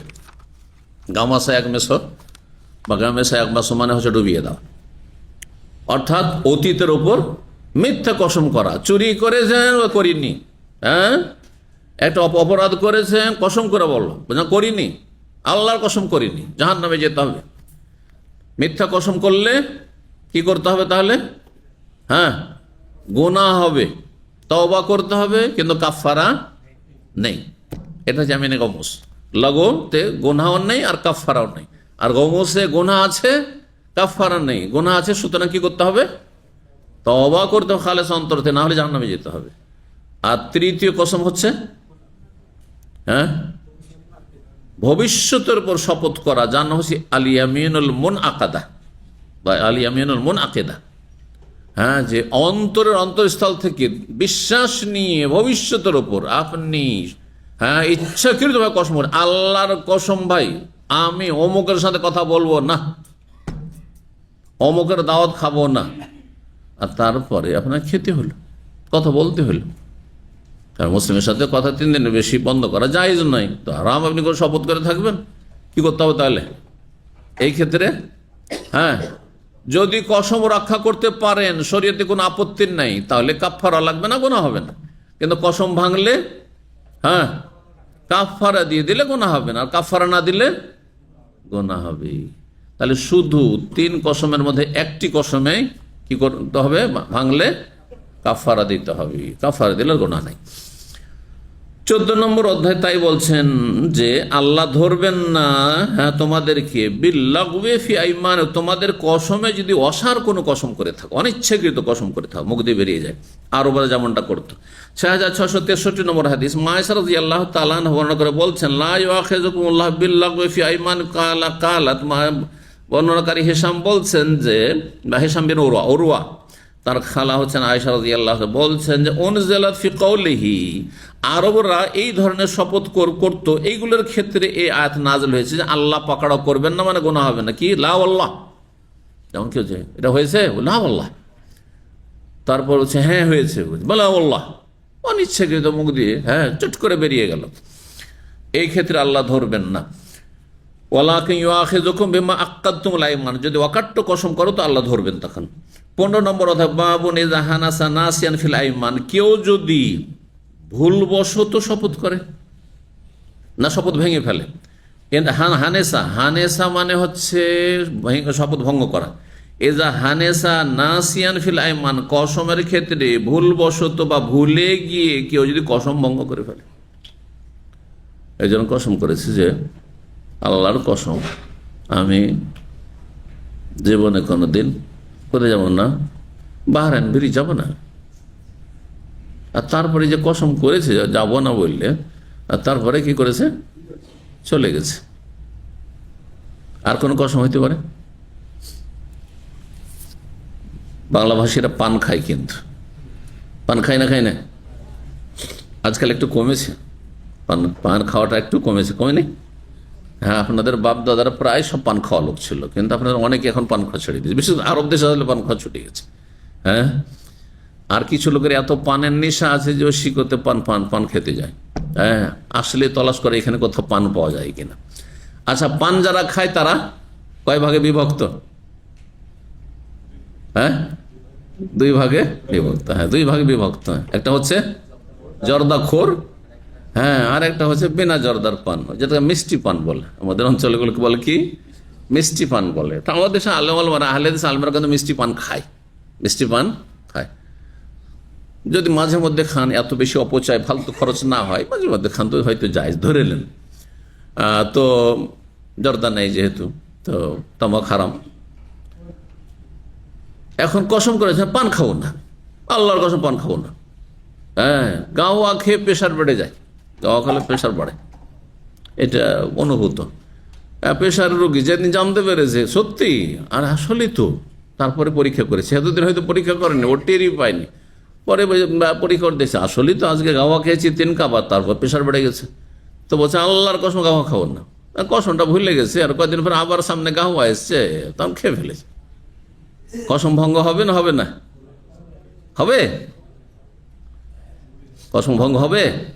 কে বলছে হবে, আর কে বলছে হবে না? হবে না, হবে না পার্টিকে আগে দেখি। কসম ভঙ্গ হবে না যারা বলছেন হাত ওঠান। আর এগুলো হালকা ফতোয়া তো দেওয়া যায় না, খুব সহজ এগুলো হালকা ফতোয়া। আচ্ছা, রোজার অবস্থায় আছেন আর ভুললে পেট ভরে ভাত খেয়ে নিয়েছেন, তারপরে মনে হয়েছে, রোজা হবে না হবে না? রোজা ভঙ্গ হইল? রোজা ভঙ্গ হইল না, তাহলে কসমের ক্ষেত্রে কেন কসম ভঙ্গ হবে? এবার বুঝতে পেরেছেন? এর নাম হচ্ছে কিয়াস, এর নাম হচ্ছে, এবার কিয়াস বুঝলেন তো? হ্যাঁ, দলিল হচ্ছে 4টি। হ্যাঁ, 5 নম্বরে কোনো দলিল নেই, কিন্তু বেদাতের দলিল 5 নম্বরটা ওদের বেশি শক্তিশালী দলিল। হ্যাঁ, আমার ওস্তাদ থেকে শিখা। আমার একজন ওস্তাদ ছিলেন, বহস করতেন, উনি দেওবন্দি ছিলেন, কিন্তু ওই বেরেলবিদ মাজার পূজারীদের খুব বহস করতেন, আর খুব ভালো ছিলেন, মোনাজের ছিলেন, মোনাজারা করতেন। তো ওনার কাছে কিছুদিন প্রশিক্ষণ নিয়েছিলাম, তো মোনাজারার বাহাসের। তো উনি বলতেন যে শরীয়তের দলিল হচ্ছে 4টি, কিতাবুল্লাহ কোরআন, আর সুন্নাতে রাসূলুল্লাহ হাদিস, আর 3 নম্বর হচ্ছে ইজমায়ে উম্মাহ, আর 4 নম্বর হচ্ছে এটি হচ্ছে কেয়াস। যে রোজা অবস্থায় পানি খেয়ে নেওয়ার পরে মনে হয়েছে রোজা নষ্ট হবে, এক বাক্যে কারো কাছে মালিক আহমেদ কারো কাছে রোজা নষ্ট হবে না, আপনার রোজা হয়ে গেছে, আল্লাহ খাওয়িয়েছে আপনাকে। আচ্ছা না, হাদিস আসছে, হাদিসটি এই অধ্যায়। ঠিক ওই রকমই আপনি কসম করেছেন আমি গাহওয়া আর খাবো না, হ্যাঁ দুধ চা আর খাবো না। অনেকে দুধ চা ছাড়ার চেষ্টা করছেন, আজকাল ডায়েট শুনছেন না সোশ্যাল মিডিয়াতে, শোনার পর এটা ছাড় ওইটা ছাড় এটা ছাড়, ছাড়তে ছাড়তে সব দুধ চা জীবনে আল্লাহর কসম ছাড়তে পারছি না, নিশা কসম করবো তাহলে ছাড়বো, দুধ চা আর খাবো না। তারপরে ভুলে গিয়ে ভালো দুধ চা এসছে সামনে, সবাই খাচ্ছে, আবার খেয়ে নিয়েছে। তাহলে কসম ভঙ্গ হবে না? কসম ভঙ্গ যেমন রোজা ভঙ্গ হলো না, তেমন কসম ভঙ্গ হবে না। এটা হচ্ছে 4 নম্বর দলিল, কেয়াস। কি বুঝলেন? অর্থাৎ কসমের ক্ষেত্রে তো হাদিস নাই, কিন্তু রোজার ক্ষেত্রে হাদিস আছে। রোজার হাদিসের মাসলার ওপর এটাকে কেয়াস করেন, যেহেতু দুটো সেম সেম। 5 নম্বর দলিল কি? লাঠিয়াল বাহিনী। যখন বাংলাদেশে বহস হয়, বেদাতীদের আগে থেকে ফিট রাখে 200-400 লাঠি, যে দলিল তোমরা পারবো না। যখন দেখবি যে এই ওয়াহাবিরা লামজাবিরা এরা কোরআন হাদিস দলিল দিয়ে মানুষকে মানে বুঝিয়ে দিচ্ছে, তখন তার লাঠি নিয়ে ঘেরাও করবি তোরা। এই জন্য আমি বলি যে কখন এই বহাসে যাবেন না। আজকাল বহাস সত্যের সন্ধানের জন্য হয় না, সালাফদের যুগে সত্যের সন্ধানের জন্য বহাস হইত, আর এখন হয় নিজের কথাকে মানিয়ে নেওয়ার জন্য। এনি হাউ, যেভাবে হোক না কেন, যেভাবে হোক মানিয়ে নিতে হবে। কোরআন দিয়ে পারলাম না, হাদিস দিয়ে পারলাম না, ইজমা দিয়ে পারলাম না, কেয়াস দিয়ে পারলাম না, লাঠি দিয়ে বেটাকে পারবো। কথা বোঝা গেছে না? পিটিয়ে ঠিক করে দেবো। এই হলো বেদাতীদের কাজ। সুতরাং বেদাতীদের সাথে কখনো বাসে যাবে না। এই পরম আজকালকার যুগে, এই যুগটাকে বলা হয়েছে, ওলামারা বলেছেন, আমার নিজের ভাষা বলছি না, বিজ্ঞান হাওয়ার যুগ, মানে কুপ্রবৃত্তির অনুসরণের যুগ। সিংহভাগ মানুষ খেয়াল খুশির পূজা করে, হাওয়ার পূজা করে, কুপ্রবৃত্তির অনুসারী। আফার আয়তমান ইত্তাখাযা ইলাহু হাওয়া। সুতরাং এইসব মোল্লানা যারা, হ্যাঁ, কুপ্রবৃত্তির অনুসারী, স্বার্থের সন্ধানী, আমাকে জিততে হবে, আমাদের দল ভারী করতে হবে, হ্যাঁ, আর এদেরকে নির্মূল করতে হবে, তখন তাদের কাছে হকের কথা বলে লাভ নেই। কারণ আগে থেকে চূড়ান্ত সিদ্ধান্ত নিয়ে আসছে যে আমারটাই ঠিক, তোরটা ভুল। আর ইমাম মালিক আর মোহাম্মদ যখন বহাস হয় মদিনায়, একটি বহাসের কথা বলি তাহলে, তখনকার যুগের বহাস দেখেন।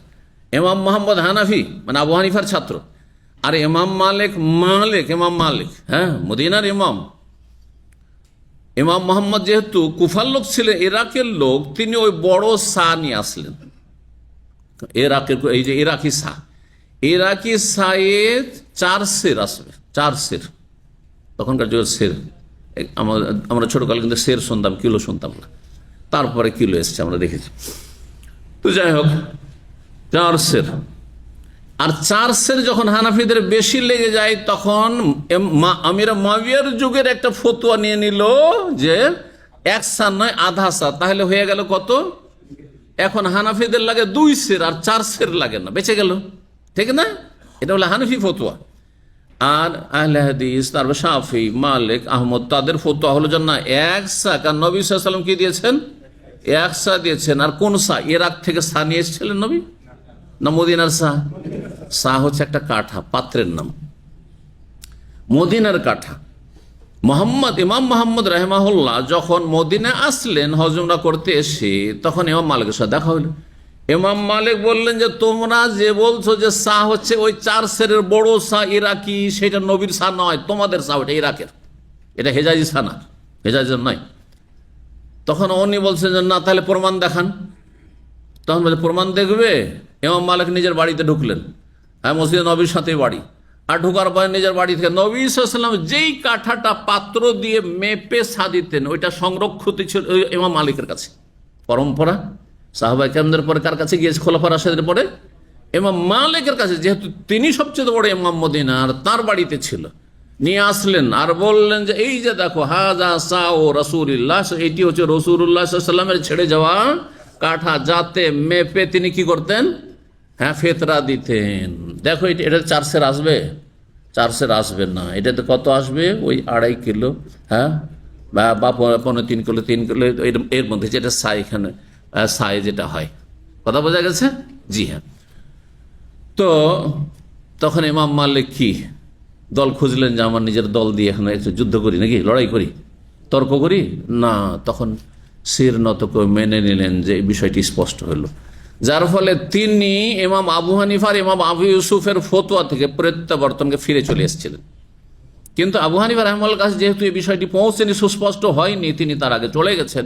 ইমাম আবু ইউসুফ সেখানে ছিলেন, যার ফলে তাদের মত হচ্ছে না, ইরাকি সাদে ওই যে 4 সেরের সায়া দিতে হবে, ওর ওপরে হানফি ফতোয়া থেকে গেছে। ইমাম মোহাম্মদও যে হানাফি ইমাম, তার কথার ওপর ফতোয়া আর চলেনি, কিন্তু তিনি ফিরে চলে এসেছেন।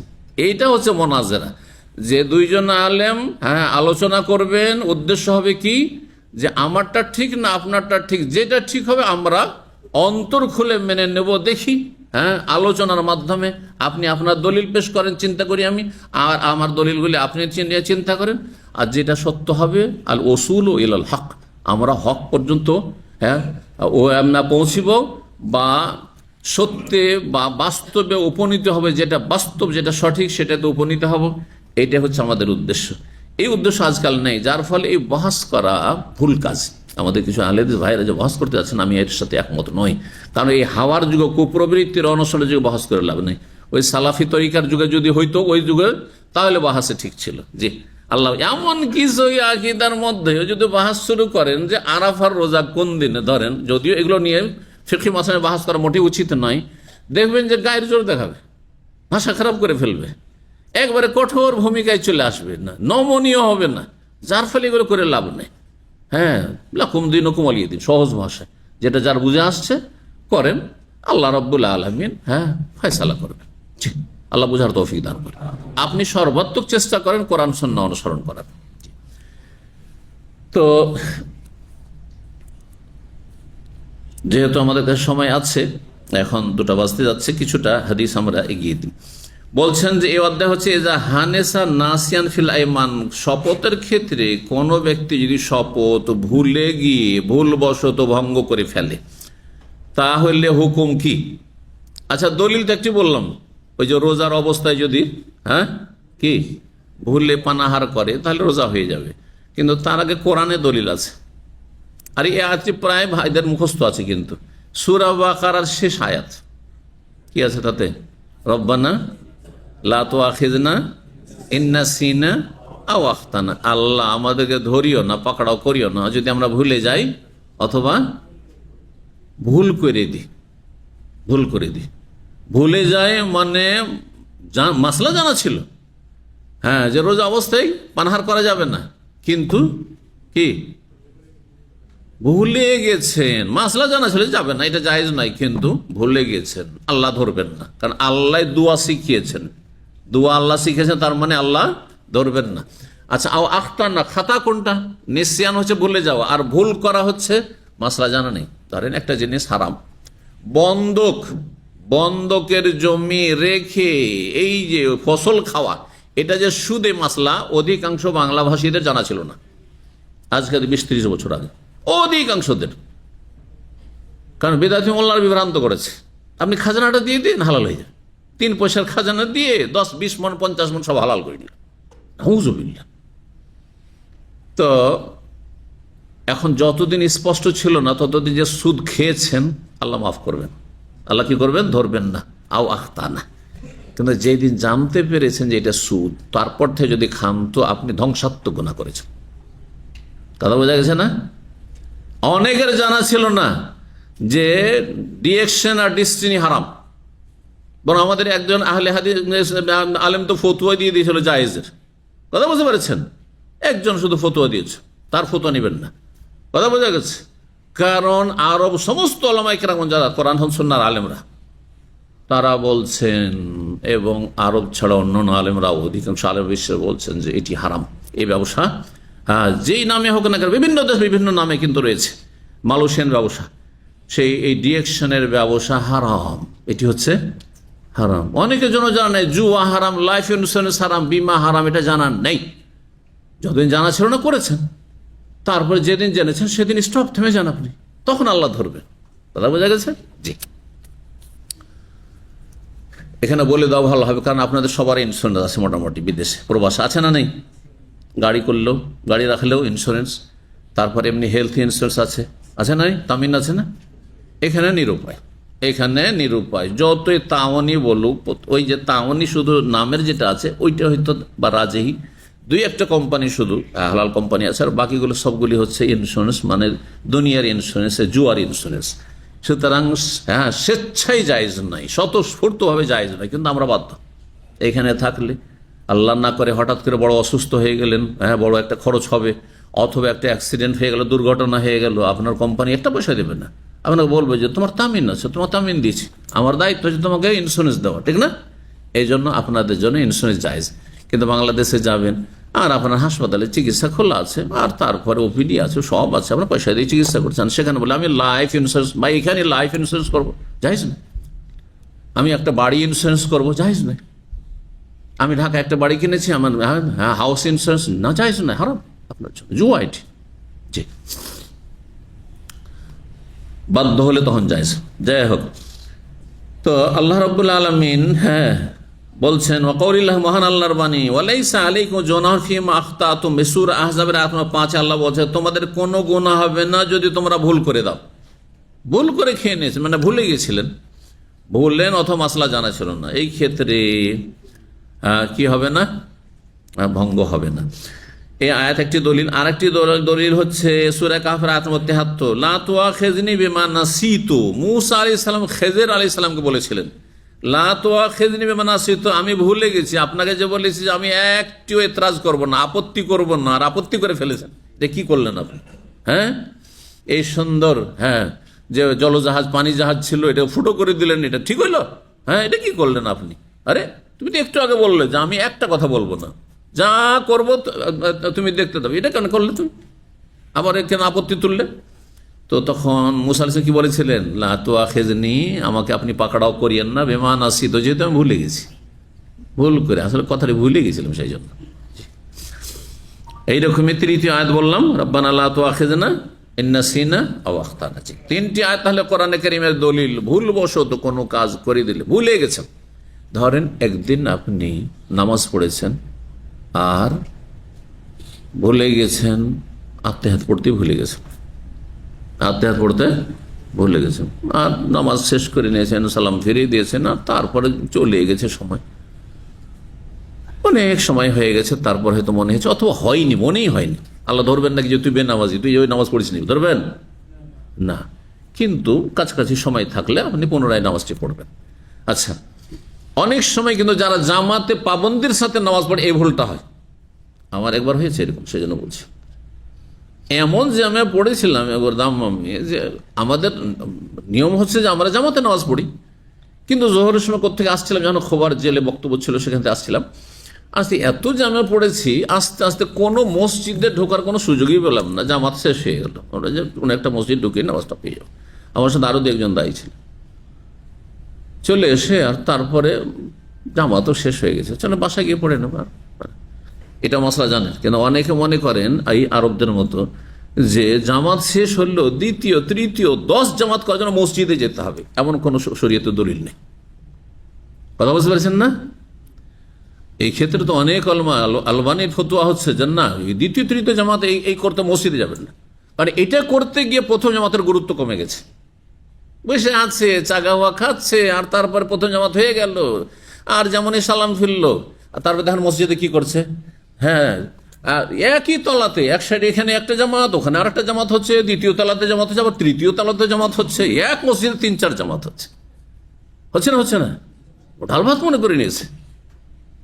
এই জন্য আলবানি বলছেন যে আপনার জামাত, আসল জামাত হচ্ছে যেখানে মসজিদের ইমাম মুয়াজ্জিন নিযুক্ত আছে, জামাত একটি জামাত।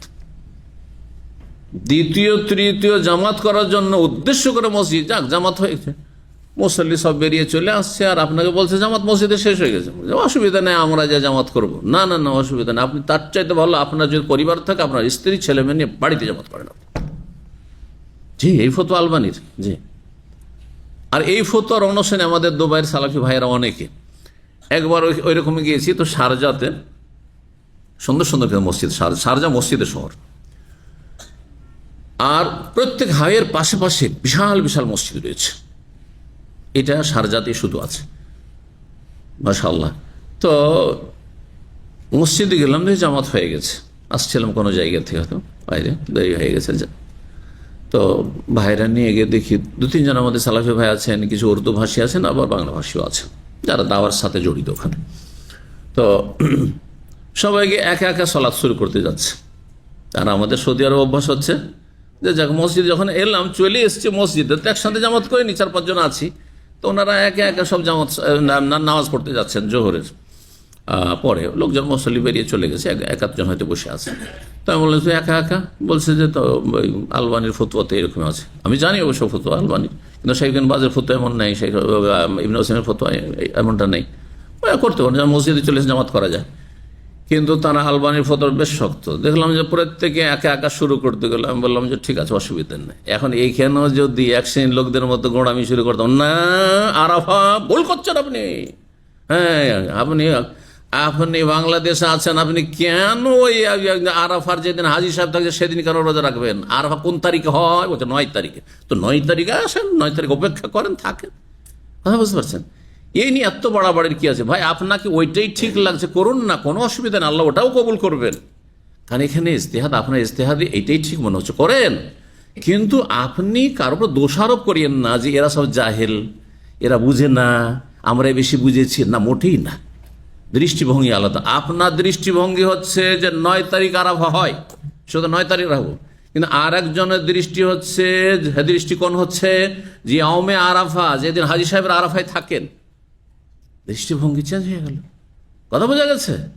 যার ফলে এই ধরনের যেগুলো মাসলা, যেগুলিতে যথাসাধ্য অনুসরণের চেষ্টা করা হয়েছে, কিন্তু তারপরে ইখতিলাফ মেটানো যাচ্ছে না, সবারটা কবুল হবে, সবারটা কবুল হবে। কবুল কখন হবে না? একটা একেবারে ভুল নামাইতো পড়ছে, আর আরেকজন নামাইতোকে বেদাত বলছে, নামাইতো পড়ছেন, ভুল করছেন আপনি, কোনো দলিল নেই আপনার পড়ার। কথা বোঝা গেছে না? আবু হানিফা, আপনি মালিক আহমদ কেউ পড়েননি, প্রমাণ করেন যে আবু হানিফা পড়েছেন, নামাইতো পড়েছে, নিয়োগ করেছেন এখানে। এইটা তখন বলে এটা গলত আর এটা সহি। আর এখানে বলবেন যে আরাফা যদি কেউ মানে বাংলাদেশের 8 তারিখ হচ্ছে আর হাজির আরাফা আছে, ওই দিনে যদি আরাফার রোজা বাংলাদেশে ইন্ডিয়াতে রাখে, তাহলে সে ভুল। এই কথা বাড়াবাড়ি আপনার। ঠিক ওই রকমই বাড়াবাড়ি যদি কেউ 9 তারিখে বাংলাদেশে রাখে, হ্যাঁ, আরাফা এখানকার আরাফার একদিন পরে, আমি বলবো যে না আপনি ভুল করছেন, এটা আমার বাড়াবাড়ি, এটা আমার জন্য ঠিক না। ঠিক আছে, আপনার কাছে ওইটাই ঠিক লাগছে, আপনি ওইভাবে আমল করুন। আর এটা আমার দৃষ্টিকোণ এটি, সুতরাং এর উপর আমল করছি, আমল করতে বলছি। জনসাধারণ আপনারা যেটা আপনাকে ভালো লাগে করুন, এই ক্ষেত্রে সবটা আল্লাহ কবুল করবেন। কিন্তু আপনার চেষ্টা থাকতে হবে যে কোনটা আপনাকে বেশি ঠিক মনে হচ্ছে, এটা ঠিক মনে হচ্ছে আমল করুন, অসুবিধা। আমাদের বংশ আত্মীয় স্বজনে কিছু আছে যারা দেশের মতো করে পালন করে, আমি কখনো চাপ দিই না। কিন্তু যারা আমাকে জিজ্ঞাসা করে যে কোনটা আপনাকে ঠিক লাগছে, এবারও জিজ্ঞাসা করেছে, আমি বলছি আমাকে এটাই ঠিক লাগছে, কারণ এতে আমার শান্তি হচ্ছে। যে আমি আরাফা, ওরা নেকি করছে, নেকি কুড়াচ্ছে আরাফার ময়দানে, আমি ঘরে নেকি কুড়াবো রোজা রেখে, জি আমি এখানে বিনা রোজায় থাকবো কেন?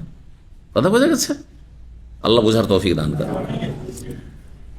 6664 নম্বর হাদিস বর্ণনা করছেন আবু হুরায়রা রাদিয়াল্লাহু তাআলা, ইয়ারফাহু, তিনি মারফু বর্ণনা করেছেন, অর্থাৎ নবী সাল্লাল্লাহু আলাইহি ওয়াসাল্লাম পর্যন্ত হাদিসটি পৌঁছিয়েছেন, উন্নীত করেছেন। এই জন্য মারফু হাদিস বলা হয় নবী সাল্লাল্লাহু আলাইহি ওয়াসাল্লামের কথা, কাজ এবং অনুমোদনকে।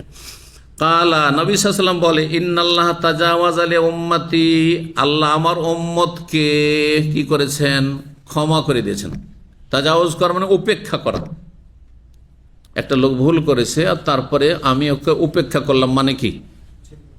হ্যাঁ, ছেড়ে দেওয়া, অ্যাকশন না নেওয়া, হ্যাঁ, রিয়াক্ট না করা, হ্যাঁ, প্রতিক্রিয়া না দেখানো। জি, উম্মতকে আল্লাহ তাজাওয়াজ করেছেন মানে ক্ষমা করে দিয়েছেন। কি?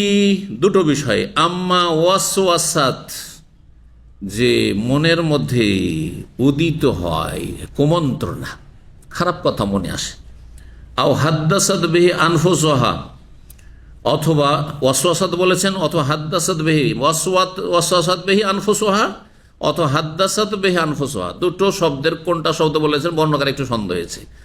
মনে যেই কথাগুলি ঘুরপাক খায়, হাদ্দাসা মনে মনে যেই কথা বলে, প্রত্যেকে কিন্তু মনে মনে একটা কিছু চিন্তা করছেন। আমি আলোচনা করছি, সবাই যে আমার আলোচনার সাথে 100-তে 100 আছেন, মাঝে মাঝে অন্য চিন্তা আসছে, আসে না?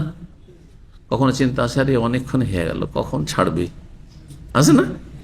আচ্ছা, আবার কারো মনে আসছে যে চলো কারো আমি লেটে এসছি, হ্যাঁ ঠিক না, অথবা আলহামদুলিল্লাহ অসুবিধা নেই, আমাকে ভালো লাগছে, ঠিক না, কিন্তু মনে মনে এগুলো ঘুরপাক খাচ্ছে। হ্যাঁ, আবার এর মধ্যে অনেকের স্ত্রী কতবার যে ওর কথা চিন্তা করা হয়ে গেছে, থিঙ্কিং এখানে মগজে কতবার যে নক করেছে স্ত্রী, তাই না? হ্যাঁ, আর ছেলে মেয়ে এটা অসুস্থ আছে, আব্বা আম্মা, অথবা টাকা পাঠাইতে হবে আজকে, এখন এখান থেকে গিয়ে আমাকে ব্যাংকে যেতে হবে, টাকা পাঠাইতে হবে, নক করছে, অথবা অমুক জায়গায় যেতে হবে, অমুকের সাথে দেখা করতে হবে, কত ঘুরপাক খাচ্ছে, কাছে না? এই যে মনে মনে খারাপ কথা, অনেক সময় খুবই খারাপ কথা আসে, অনেক সময় অনেকে বিচলিত হয়ে যায় যে আমার মনে এমন খারাপ কথা শয়তান অশ্বাসা দেয়, মনে হয় আমি কাফের হয়ে গেছি। না, আপনি কাফের হননি যতক্ষণ মুখে উচ্চারণ না করবেন অথবা কাজে পরিণত না করবেন। সুবহানাল্লাহ। আল্লাহ অন্তরে যেসব কথা উদিত হয় বা মনে মনে যে কথা বলি ঘুরপাক খায়, বারবার করে ঘুরে আসে, খারাপ কথাও যদি হয়, গুনার কথা হয়, তবু আল্লাহ ধরবেন না। জি,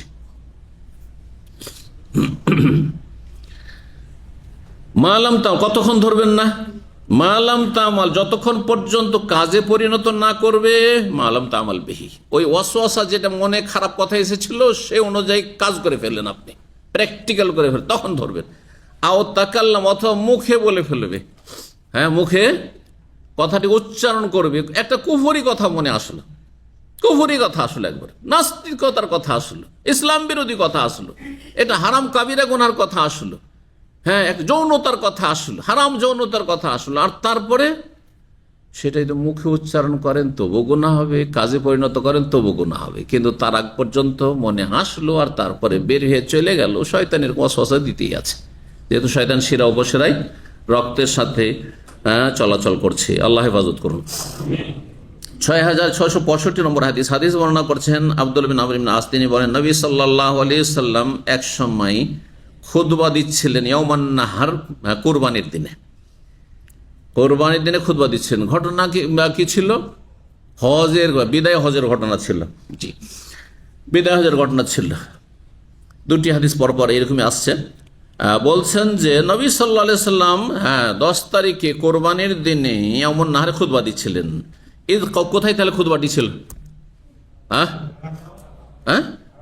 হারামে,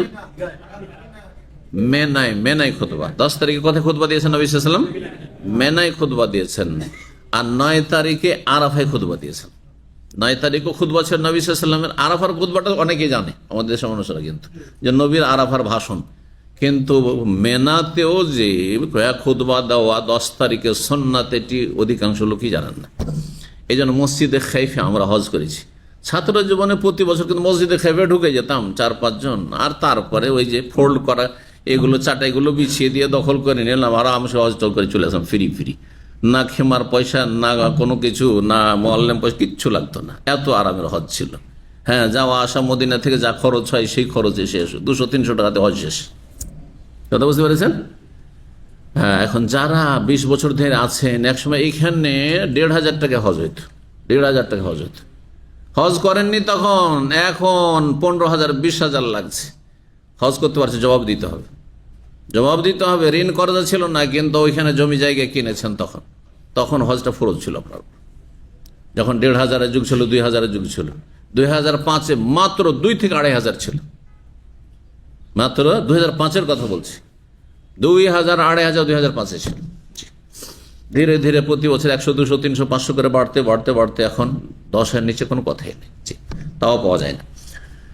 আল্লাহ সহজ করুন যারা হজ করতে পারেন তাদের জন্য। হ্যাঁ, তো নবী সাল্লাল্লাহু আলাইহি সাল্লাম ভাষণ দিয়েছেন কোরবানির দিনে মেনায়। একজন লোক দাঁড়িয়ে বলল, তখন পাথর মেরে লোকের আসছে, তাহলে জোহরের সময়, ভাষণ কখন ছিল? জোহরের সময়। এই জন্য মসজিদে খাইফে বলছে, মসজিদে খাইফে জোহরের পরে একটা ভাষণে খুতবা হয়, একজন খুতবা দেন, খতিব বক্তব্য করেন, মানে ঈদের খুতবা জুমার খুতবার মতো নয়, বক্তব্যের মতো খুতবা। ফাকালা কুনতু আহসিবু ইয়া রাসূলুল্লাহ কাযা ওয়া কাযা, আমি ভাবতাম যে এমন করতে হবে, এমন করতে হবে, কাবলা কাযা, এটা আগে করতে হবে, এটা আগে করতে হবে, উল্টো পাল্টা ভাবতাম, মানে এইটা করেছি, সুতরাং ভুল করে ফেলেছি। সুম্মা কামার আখার, আরেকজন এসে বলছে ইয়া রাসূলুল্লাহ কুনতু আহসিবু কাযা কাযা, আমি এমনটাকে আগে মনে করতাম, এটা আগে করতে হবে, এটা আগে করতে হবে, এটা পরে করতে হবে, এটা আগে করতে হবে, এরকম ভাবতাম, মানে ভুল ভেবেছি, ভুল করে ফেলেছি। তো বলছেন ওয়াকাযা লিহাওয়ালাইহিস সালাম, এই তিনটি কাজের ভিতরে, তিনটি কাজ কি কি? ওই দিনের তিনটি কাজ, হ্যাঁ, একটি হচ্ছে পাথর মারা, বরং চারটি কাজ, যদি আপনি এক একটি করে আলাদা বলেন চারটি কাজ। পাথর মারা, হ্যাঁ, প্রথম কাজ হচ্ছে কি পাথর মারা বড় জামার আগে। তারপর 2 নম্বর কাজ, হ্যাঁ, যদি কোরবানি নিজের হাতে করেন বা নিজের হাতে থাকে তাহলে আয়ত্তে থাকে তাহলে কোরবানি করে 2 নম্বর। 3 নম্বর কাজ কি মাথা মুন্ডন করা। 4 নম্বর কাজ কি বাইতুল্লাহ তওয়াফ করা। 5 নম্বর, এই জন্য তওয়াফ সাই একই সাথে কেউ কেউ, এই জন্য 4টি হয়েছে। আর যদি করেন তাহলে সাই আলাদা করলে 5টি হয়ে যায়। এই যে কাজগুলির মধ্যে, তবে তওয়াফের আগে সাই করা যাবে না, হ্যাঁ, কারণ এমন কোন সাই নেই, মাসলা শুনে রাখেন, এমন কোন সাই নেই যেই সাই তওয়াফবিহীন। গোলামারা বলেছেন যে সাফা মারার সাইটা হচ্ছে তওয়াফের তাবে, অনুসারী, কথা বলছেন না? এই জন্য কেউ ভাবছেন যে আমি একটা কাজ করি, এখন তো অফ করতে পারবো না, উজু লাগবে, এখন উজুটা নাই, তো সাফা মারার সাই তো চলে, তো এখন আগে সাইটা সেরে নি, পরে তো অফ করবো, হবে হবে না, জায়েজ নাই, বুঝেছেন? এই জন্য দুটোকে একসাথে বললে ভালো। এখন সেই দিনে প্রথম হজ অধিকাংশ মানুষেরা ভুল করেছে। প্রথমে কাজ করতে হবে কি পাথর মারতে হবে, আগে গিয়ে কোরবানি করে বসে আছে, কেউ আগে গিয়ে মাথা মুন্ডন করে বসে আছে, কেউ আগে ডাইরেক্ট চলে গেছে মক্কা গিয়ে তওয়াফ বাইতুল্লাহর তওয়াফ করে বসে আছে। আর তারপর নবী সাল্লাল্লাহু আলাইহি ওয়াসাল্লাম যখন ভাষণ দিয়েছেন, তারপরে সওয়াল জবাব, প্রশ্ন উত্তর হচ্ছে ইয়া রাসূলুল্লাহ আমি এই কাজ করি, আগেই তওয়াফ করে ফেলেছি। বলছে ইফআল ওয়ালা হারাজ, একটাই জবাব সেই দিন, সারা দিনের জবাব কি ছিল? ইফআল ওয়ালা হারাজ, করো, যা করেছো কোনো অসুবিধা নেই, যে যেটা করে সব ঠিক। সব ঠিক মানে সব ঠিক নয়, সবটা কবুল, আজকের মতো চলবে, এই না যে জানার পরে চলবে সব ঠিক, বুঝছেন না? যেহেতু জানা ছিল না, ভুলবশত করেছি, সেই জন্য ঠিক। এবার বুঝতে পেরেছেন? কিন্তু মাসলা জেনে নেওয়ার পরে উল্টা পাল্টা করে চলবে? যে আগেই গিয়ে আপনি কিছুই না করে মাথা মুন্ডন করে ফেললেন, চলবে না, করবেন না। এরকম সুন্নতের খেলাফ কাজ করলেন আপনি, জানা নেই, ভুল করেছেন, অসুবিধা নেই, দমটাও লাগবে না। জি, তো বলছেন যে এই তিনটি কাজ ফাকাল নবী সাল্লাল্লাহু আলাইহি ওয়াসাল্লাম সেই দিন বলেছিলেন ইফআল ওয়ালা হারাজ, করো, কোন অসুবিধা নেই। লাহুন্না কুল্লাহিন্না ইয়াউমা, এই কাজগুলির সবগুলির ক্ষেত্রে এক কথাই বলেছে, ফামা সুইলা ইয়াউমা আনশাইন, কোনো কিছু জিজ্ঞাসা যদি করে এই 4টি কাজের মধ্যে, ইল্লা কালা, বলতেন ইফআল ইফআল ওয়ালা হারাজ, করো, করে যাও, করে যাও, কোনো অসুবিধা নেই। 6666 নম্বর হাদিস বর্ণনা করেছেন একই মর্মের একজন ইবনে আব্বাস বলছেন রাদিয়াল্লাহু তাআলা আনহু, যে একজন লোক এসে বলল, জনৈক ব্যক্তি বলছেন, যুরতু ক্বাবলা আন আরমি, পাথর মারার আগেই আমি তওয়াফে জিয়ারা করে চলে এসেছি। যুরতু জিয়ারা করে এসেছি মানে, হ্যাঁ, জিয়ারা মানে কবর জিয়ারত নয় এখানে, হ্যাঁ, তওয়াফুজ জিয়ারা। এই 10 তারিখের তওয়াফকে কি বলা হয়? কয়েকটির নাম রয়েছে, বলতে পারেন কেউ সবগুলির নাম? দেখি, হ্যাঁ, কে বলবে? ব্যাস, একটি হাত, আর নেই। হ্যাঁ, হজের তওয়াফ, তওয়াফে কদম প্রথম যে তওয়াফ উমরাতে গিয়ে তওয়াফ করেছেন, যে প্রথমখানে ওইটার তওয়াফ। 10 তারিখের তওয়াফের নাম ইফাদা, হাদিসের ভাষা ইফাদা। এখানে এই হাদিস যুরতু জিয়ারা, তওয়াফে জিয়ারা 3 নম্বর ভাষা। হ্যাঁ, আর না, বিদায় তওয়াফ কেন? বিদায় তওয়াফ শেষে। হ্যাঁ, হজের তওয়াফ বললেন না, তওয়াফের হজ, ফরজ তওয়াফ, তওয়াফে ফরজ তওয়াফ, তওয়াফে রুকুন, এটা যেহেতু হজের একটি রুকুন, সেজন্য তওয়াফে এই 5টির নাম একটি কাজের। তো এখানে যুরতু মানে আমি তওয়াফে জিয়ারা করে ফেলেছি, আগেই পাথর মারা, পাথর না মেরে চলে গেছেন সোজা। তাহলে হারাজ, কোনো অসুবিধা নেই। আরেকজন বলছে হালাক তো কাবলা আন আসবা, কোরবানি জবাই করার আগে মাথা মুন্ডন করে ফেলেছি। আজকালকার হাজিদের, যারা হাজি আসে বিভিন্ন দেশ থেকে, আর ব্যাংকে টাকা জমা করে, আর সবাই কাউন্টারে জিজ্ঞাসা করে, কি জিজ্ঞাসা করে? যে আমার কোরবানিটা কখন জবাই হবে? এখন যদি বলে আপনারটা 11 তারিখে হবে, 12 তারিখে হবে, 13 তারিখে হবে, তো এহরামও খুলবে না, আর মাথাও মুন্ডন করবে না, হালালও হবে না। সেজন্য সবকে কানা কাহাই করে দেখায়, বাঙাল বুঝায়, কি বুঝায়? সব আশরা 10টা, সব 10টা, যতগুলি কাগজ আমি দেখতাম সবারই 10টা। মানে বাপরে বাপ, সব 10টার সময় হয়ে যায়। তাও সবাই কাগজ দেখাচ্ছে আমাকে, যেহেতু হজের অনেক থেকেছি, অনেক সময় হজের 1 মাস করে ডিউটি করেছি সরকারিভাবে, তো সবার 10টা। আপনাকে বাঙাল বুঝিয়েছে, হ্যাঁ, কারণ আপনারা ভুল বুঝে আছেন সেই জন্য। কারণ আগে পরে হলে কোনো অসুবিধা নেই, আগে পরে হলে আপনার কোরবানি 13 তারিখ পর্যন্ত 5, ওই যুগ আজকে থেকে 30 বছর আগে 5 লক্ষ কোরবানি হইত। কেমন করে জানলাম 5 লক্ষ? 5 লক্ষ সেখানে মেনা তো কোরবানি, মেনার শুধু, বাইরে মক্কার আনাচে কানাচে নয়, মেনার 5 লক্ষ। এখন তো অনেক বেড়ে গেছে। হ্যাঁ, কেমন জানলাম জানেন? তখন মদিনা ইউনিভার্সিটির ছাত্রদের ডিউটিতে নিত ওই আপনার গবাদি পশুগুলো চেক করার জন্য, যে ঠিকঠাক আছে না, কোনো জায়গায় খাম আছে, মানে আপত্তি আছে। তো তাতে একবার আসলো, ঘোষণা আসলো, তো নাম দিলাম, আর তারপর আমার নামও চলে এসছে। কিন্তু সুবহানাল্লাহ, আমি ছিলাম হজ ডিউটিতে, ধর্ম মন্ত্রণালয়ের হজ ডিউটিতে ছিলাম। আর তারপরে ওই লিস্টে যে নাম এসছে একটু লেটে এসছে, ওটা লিস্ট আমি দেখিনি, আমি অন্য ডিউটিতে চলে গেছি। পরে আমাকে আরেকজন, যে আমার সাথী বন্ধুরা মদিনা ইউনিভার্সিটি, তারা ওই চেকের ওই ডিউটিতে গেছে, আপনার ওই পশু চেক করার ডিউটিতে গেছে। মাত্র 4 দিনের ডিউটি, কিন্তু ভালো ডিউটি, 4 দিন 5 দিনের। তো আমাকে বলছে আপনার নাম ছিল, আপনি জাননি? আমি বললাম আমি জানতেই পারিনি। হ্যাঁ, আজকাল টেলিফোনের যুগ, যদি হয়তো হোয়াটসঅ্যাপ হইতো, মেসেজ হইতো, তাহলে জানা যেত। কিন্তু তখন ওই যে লিস্ট মদিনা ইউনিভার্সিটিতে লেগেছে, আর লিস্টটা একটু লেটে লেগেছে, আমি চলে গেছি আগে ওয়াজারাতুশ শরুল ইসলামের ধর্ম মন্ত্রণালয়ের ডিউটিতে, জানিনি। তো ওতে জানলাম ওর কাছে যে হ্যাঁ, এবার 5 লক্ষ সেখানে করে সব দুম্বা, ভেড়া, ভেড়ি আর বকরি, ছাগল রয়েছে, সেগুলি আমাদের চেকের দায়িত্ব ছিল। অনেক লোকের প্রয়োজন হইতো, উম্মুল কোরা ইউনিভার্সিটিতে নিত, মদিনা ইউনিভার্সিটিতে নিত, বিভিন্ন ইউনিভার্সিটি থেকে ছাত্রদেরকে বেশি নিত। যাই হোক, তো এই লোক কি বলছে, হালাক তো আমি মাথা মুন্ডন করে ফেলেছি কাবলান আজবাহ, জবাই করার আগে। কালা বললেন কি, নবী বলছেন সাল্লাল্লাহু আলাইহি ওয়াসাল্লাম, হারাজ, কোনো অসুবিধা নেই। তাহলে আজকালকার হাজি সাহেব, আপনাদের আত্মীয় স্বজন আসবে, এসে বলে আমার কোরবানিটা কখন হবে, তো আমি অপেক্ষা করছি, মাথাটা মুন্ডন করবো, 10টার সময় লিখে দিচ্ছে, সেই জন্য অপেক্ষা করছে না। মোটেই অপেক্ষা না, আমি মাথা মুন্ডন করে ফেলে, পাথর মারেন, তারপরে মাথা মুন্ডন করেন। কোরবানি 13 তারিখ পর্যন্ত হইতে পারে, 4 দিন পর্যন্ত জায়েজ রয়েছে। জি, 4 দিন না 3 দিন? হ্যাঁ, 3 দিনের কেউ নেই,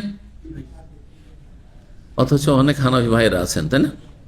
ওর আলোচনা অনেক হানাফি ভাই আছেন, কিন্তু হানাফি মযহাব মাত্র 3 দিন চলবে, বাকি সমস্ত মযহাবে কয়দিন চলবে? 4 দিন চলবে। জি, নবী সাল্লাল্লাহু আলাইহি ওয়াসাল্লাম 4 দিনের কথা বলেছেন। আইয়ামুত তাশরিক, আইয়ামু যাবহিন, তাশরিকের সব দিনগুলি জবাইয়ের দিন। তাশরিক কয় তারিখ পর্যন্ত?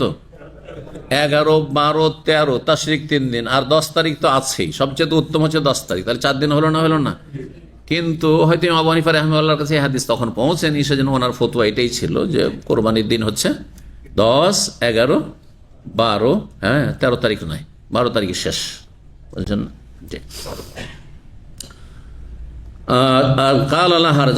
আরেকজন এসে বলছে, জাবাহতু ক্বাবলা আন আরমি, পাথর মারার আগেই আমি জবাই করে ফেলেছি। বলেন লা হারাজ, কোনো অসুবিধা নেই। এখানে আজকের আলোচনা শেষ করি। জাযাকুমুল্লাহ খাইর। সুবহানা রাব্বিকা রাব্বিল ইজ্জাতি আম্মা ইয়াসিফুন ওয়া সালামুন আলাল মুরসালিন ওয়ালহামদুলিল্লাহি রাব্বিল আলামিন।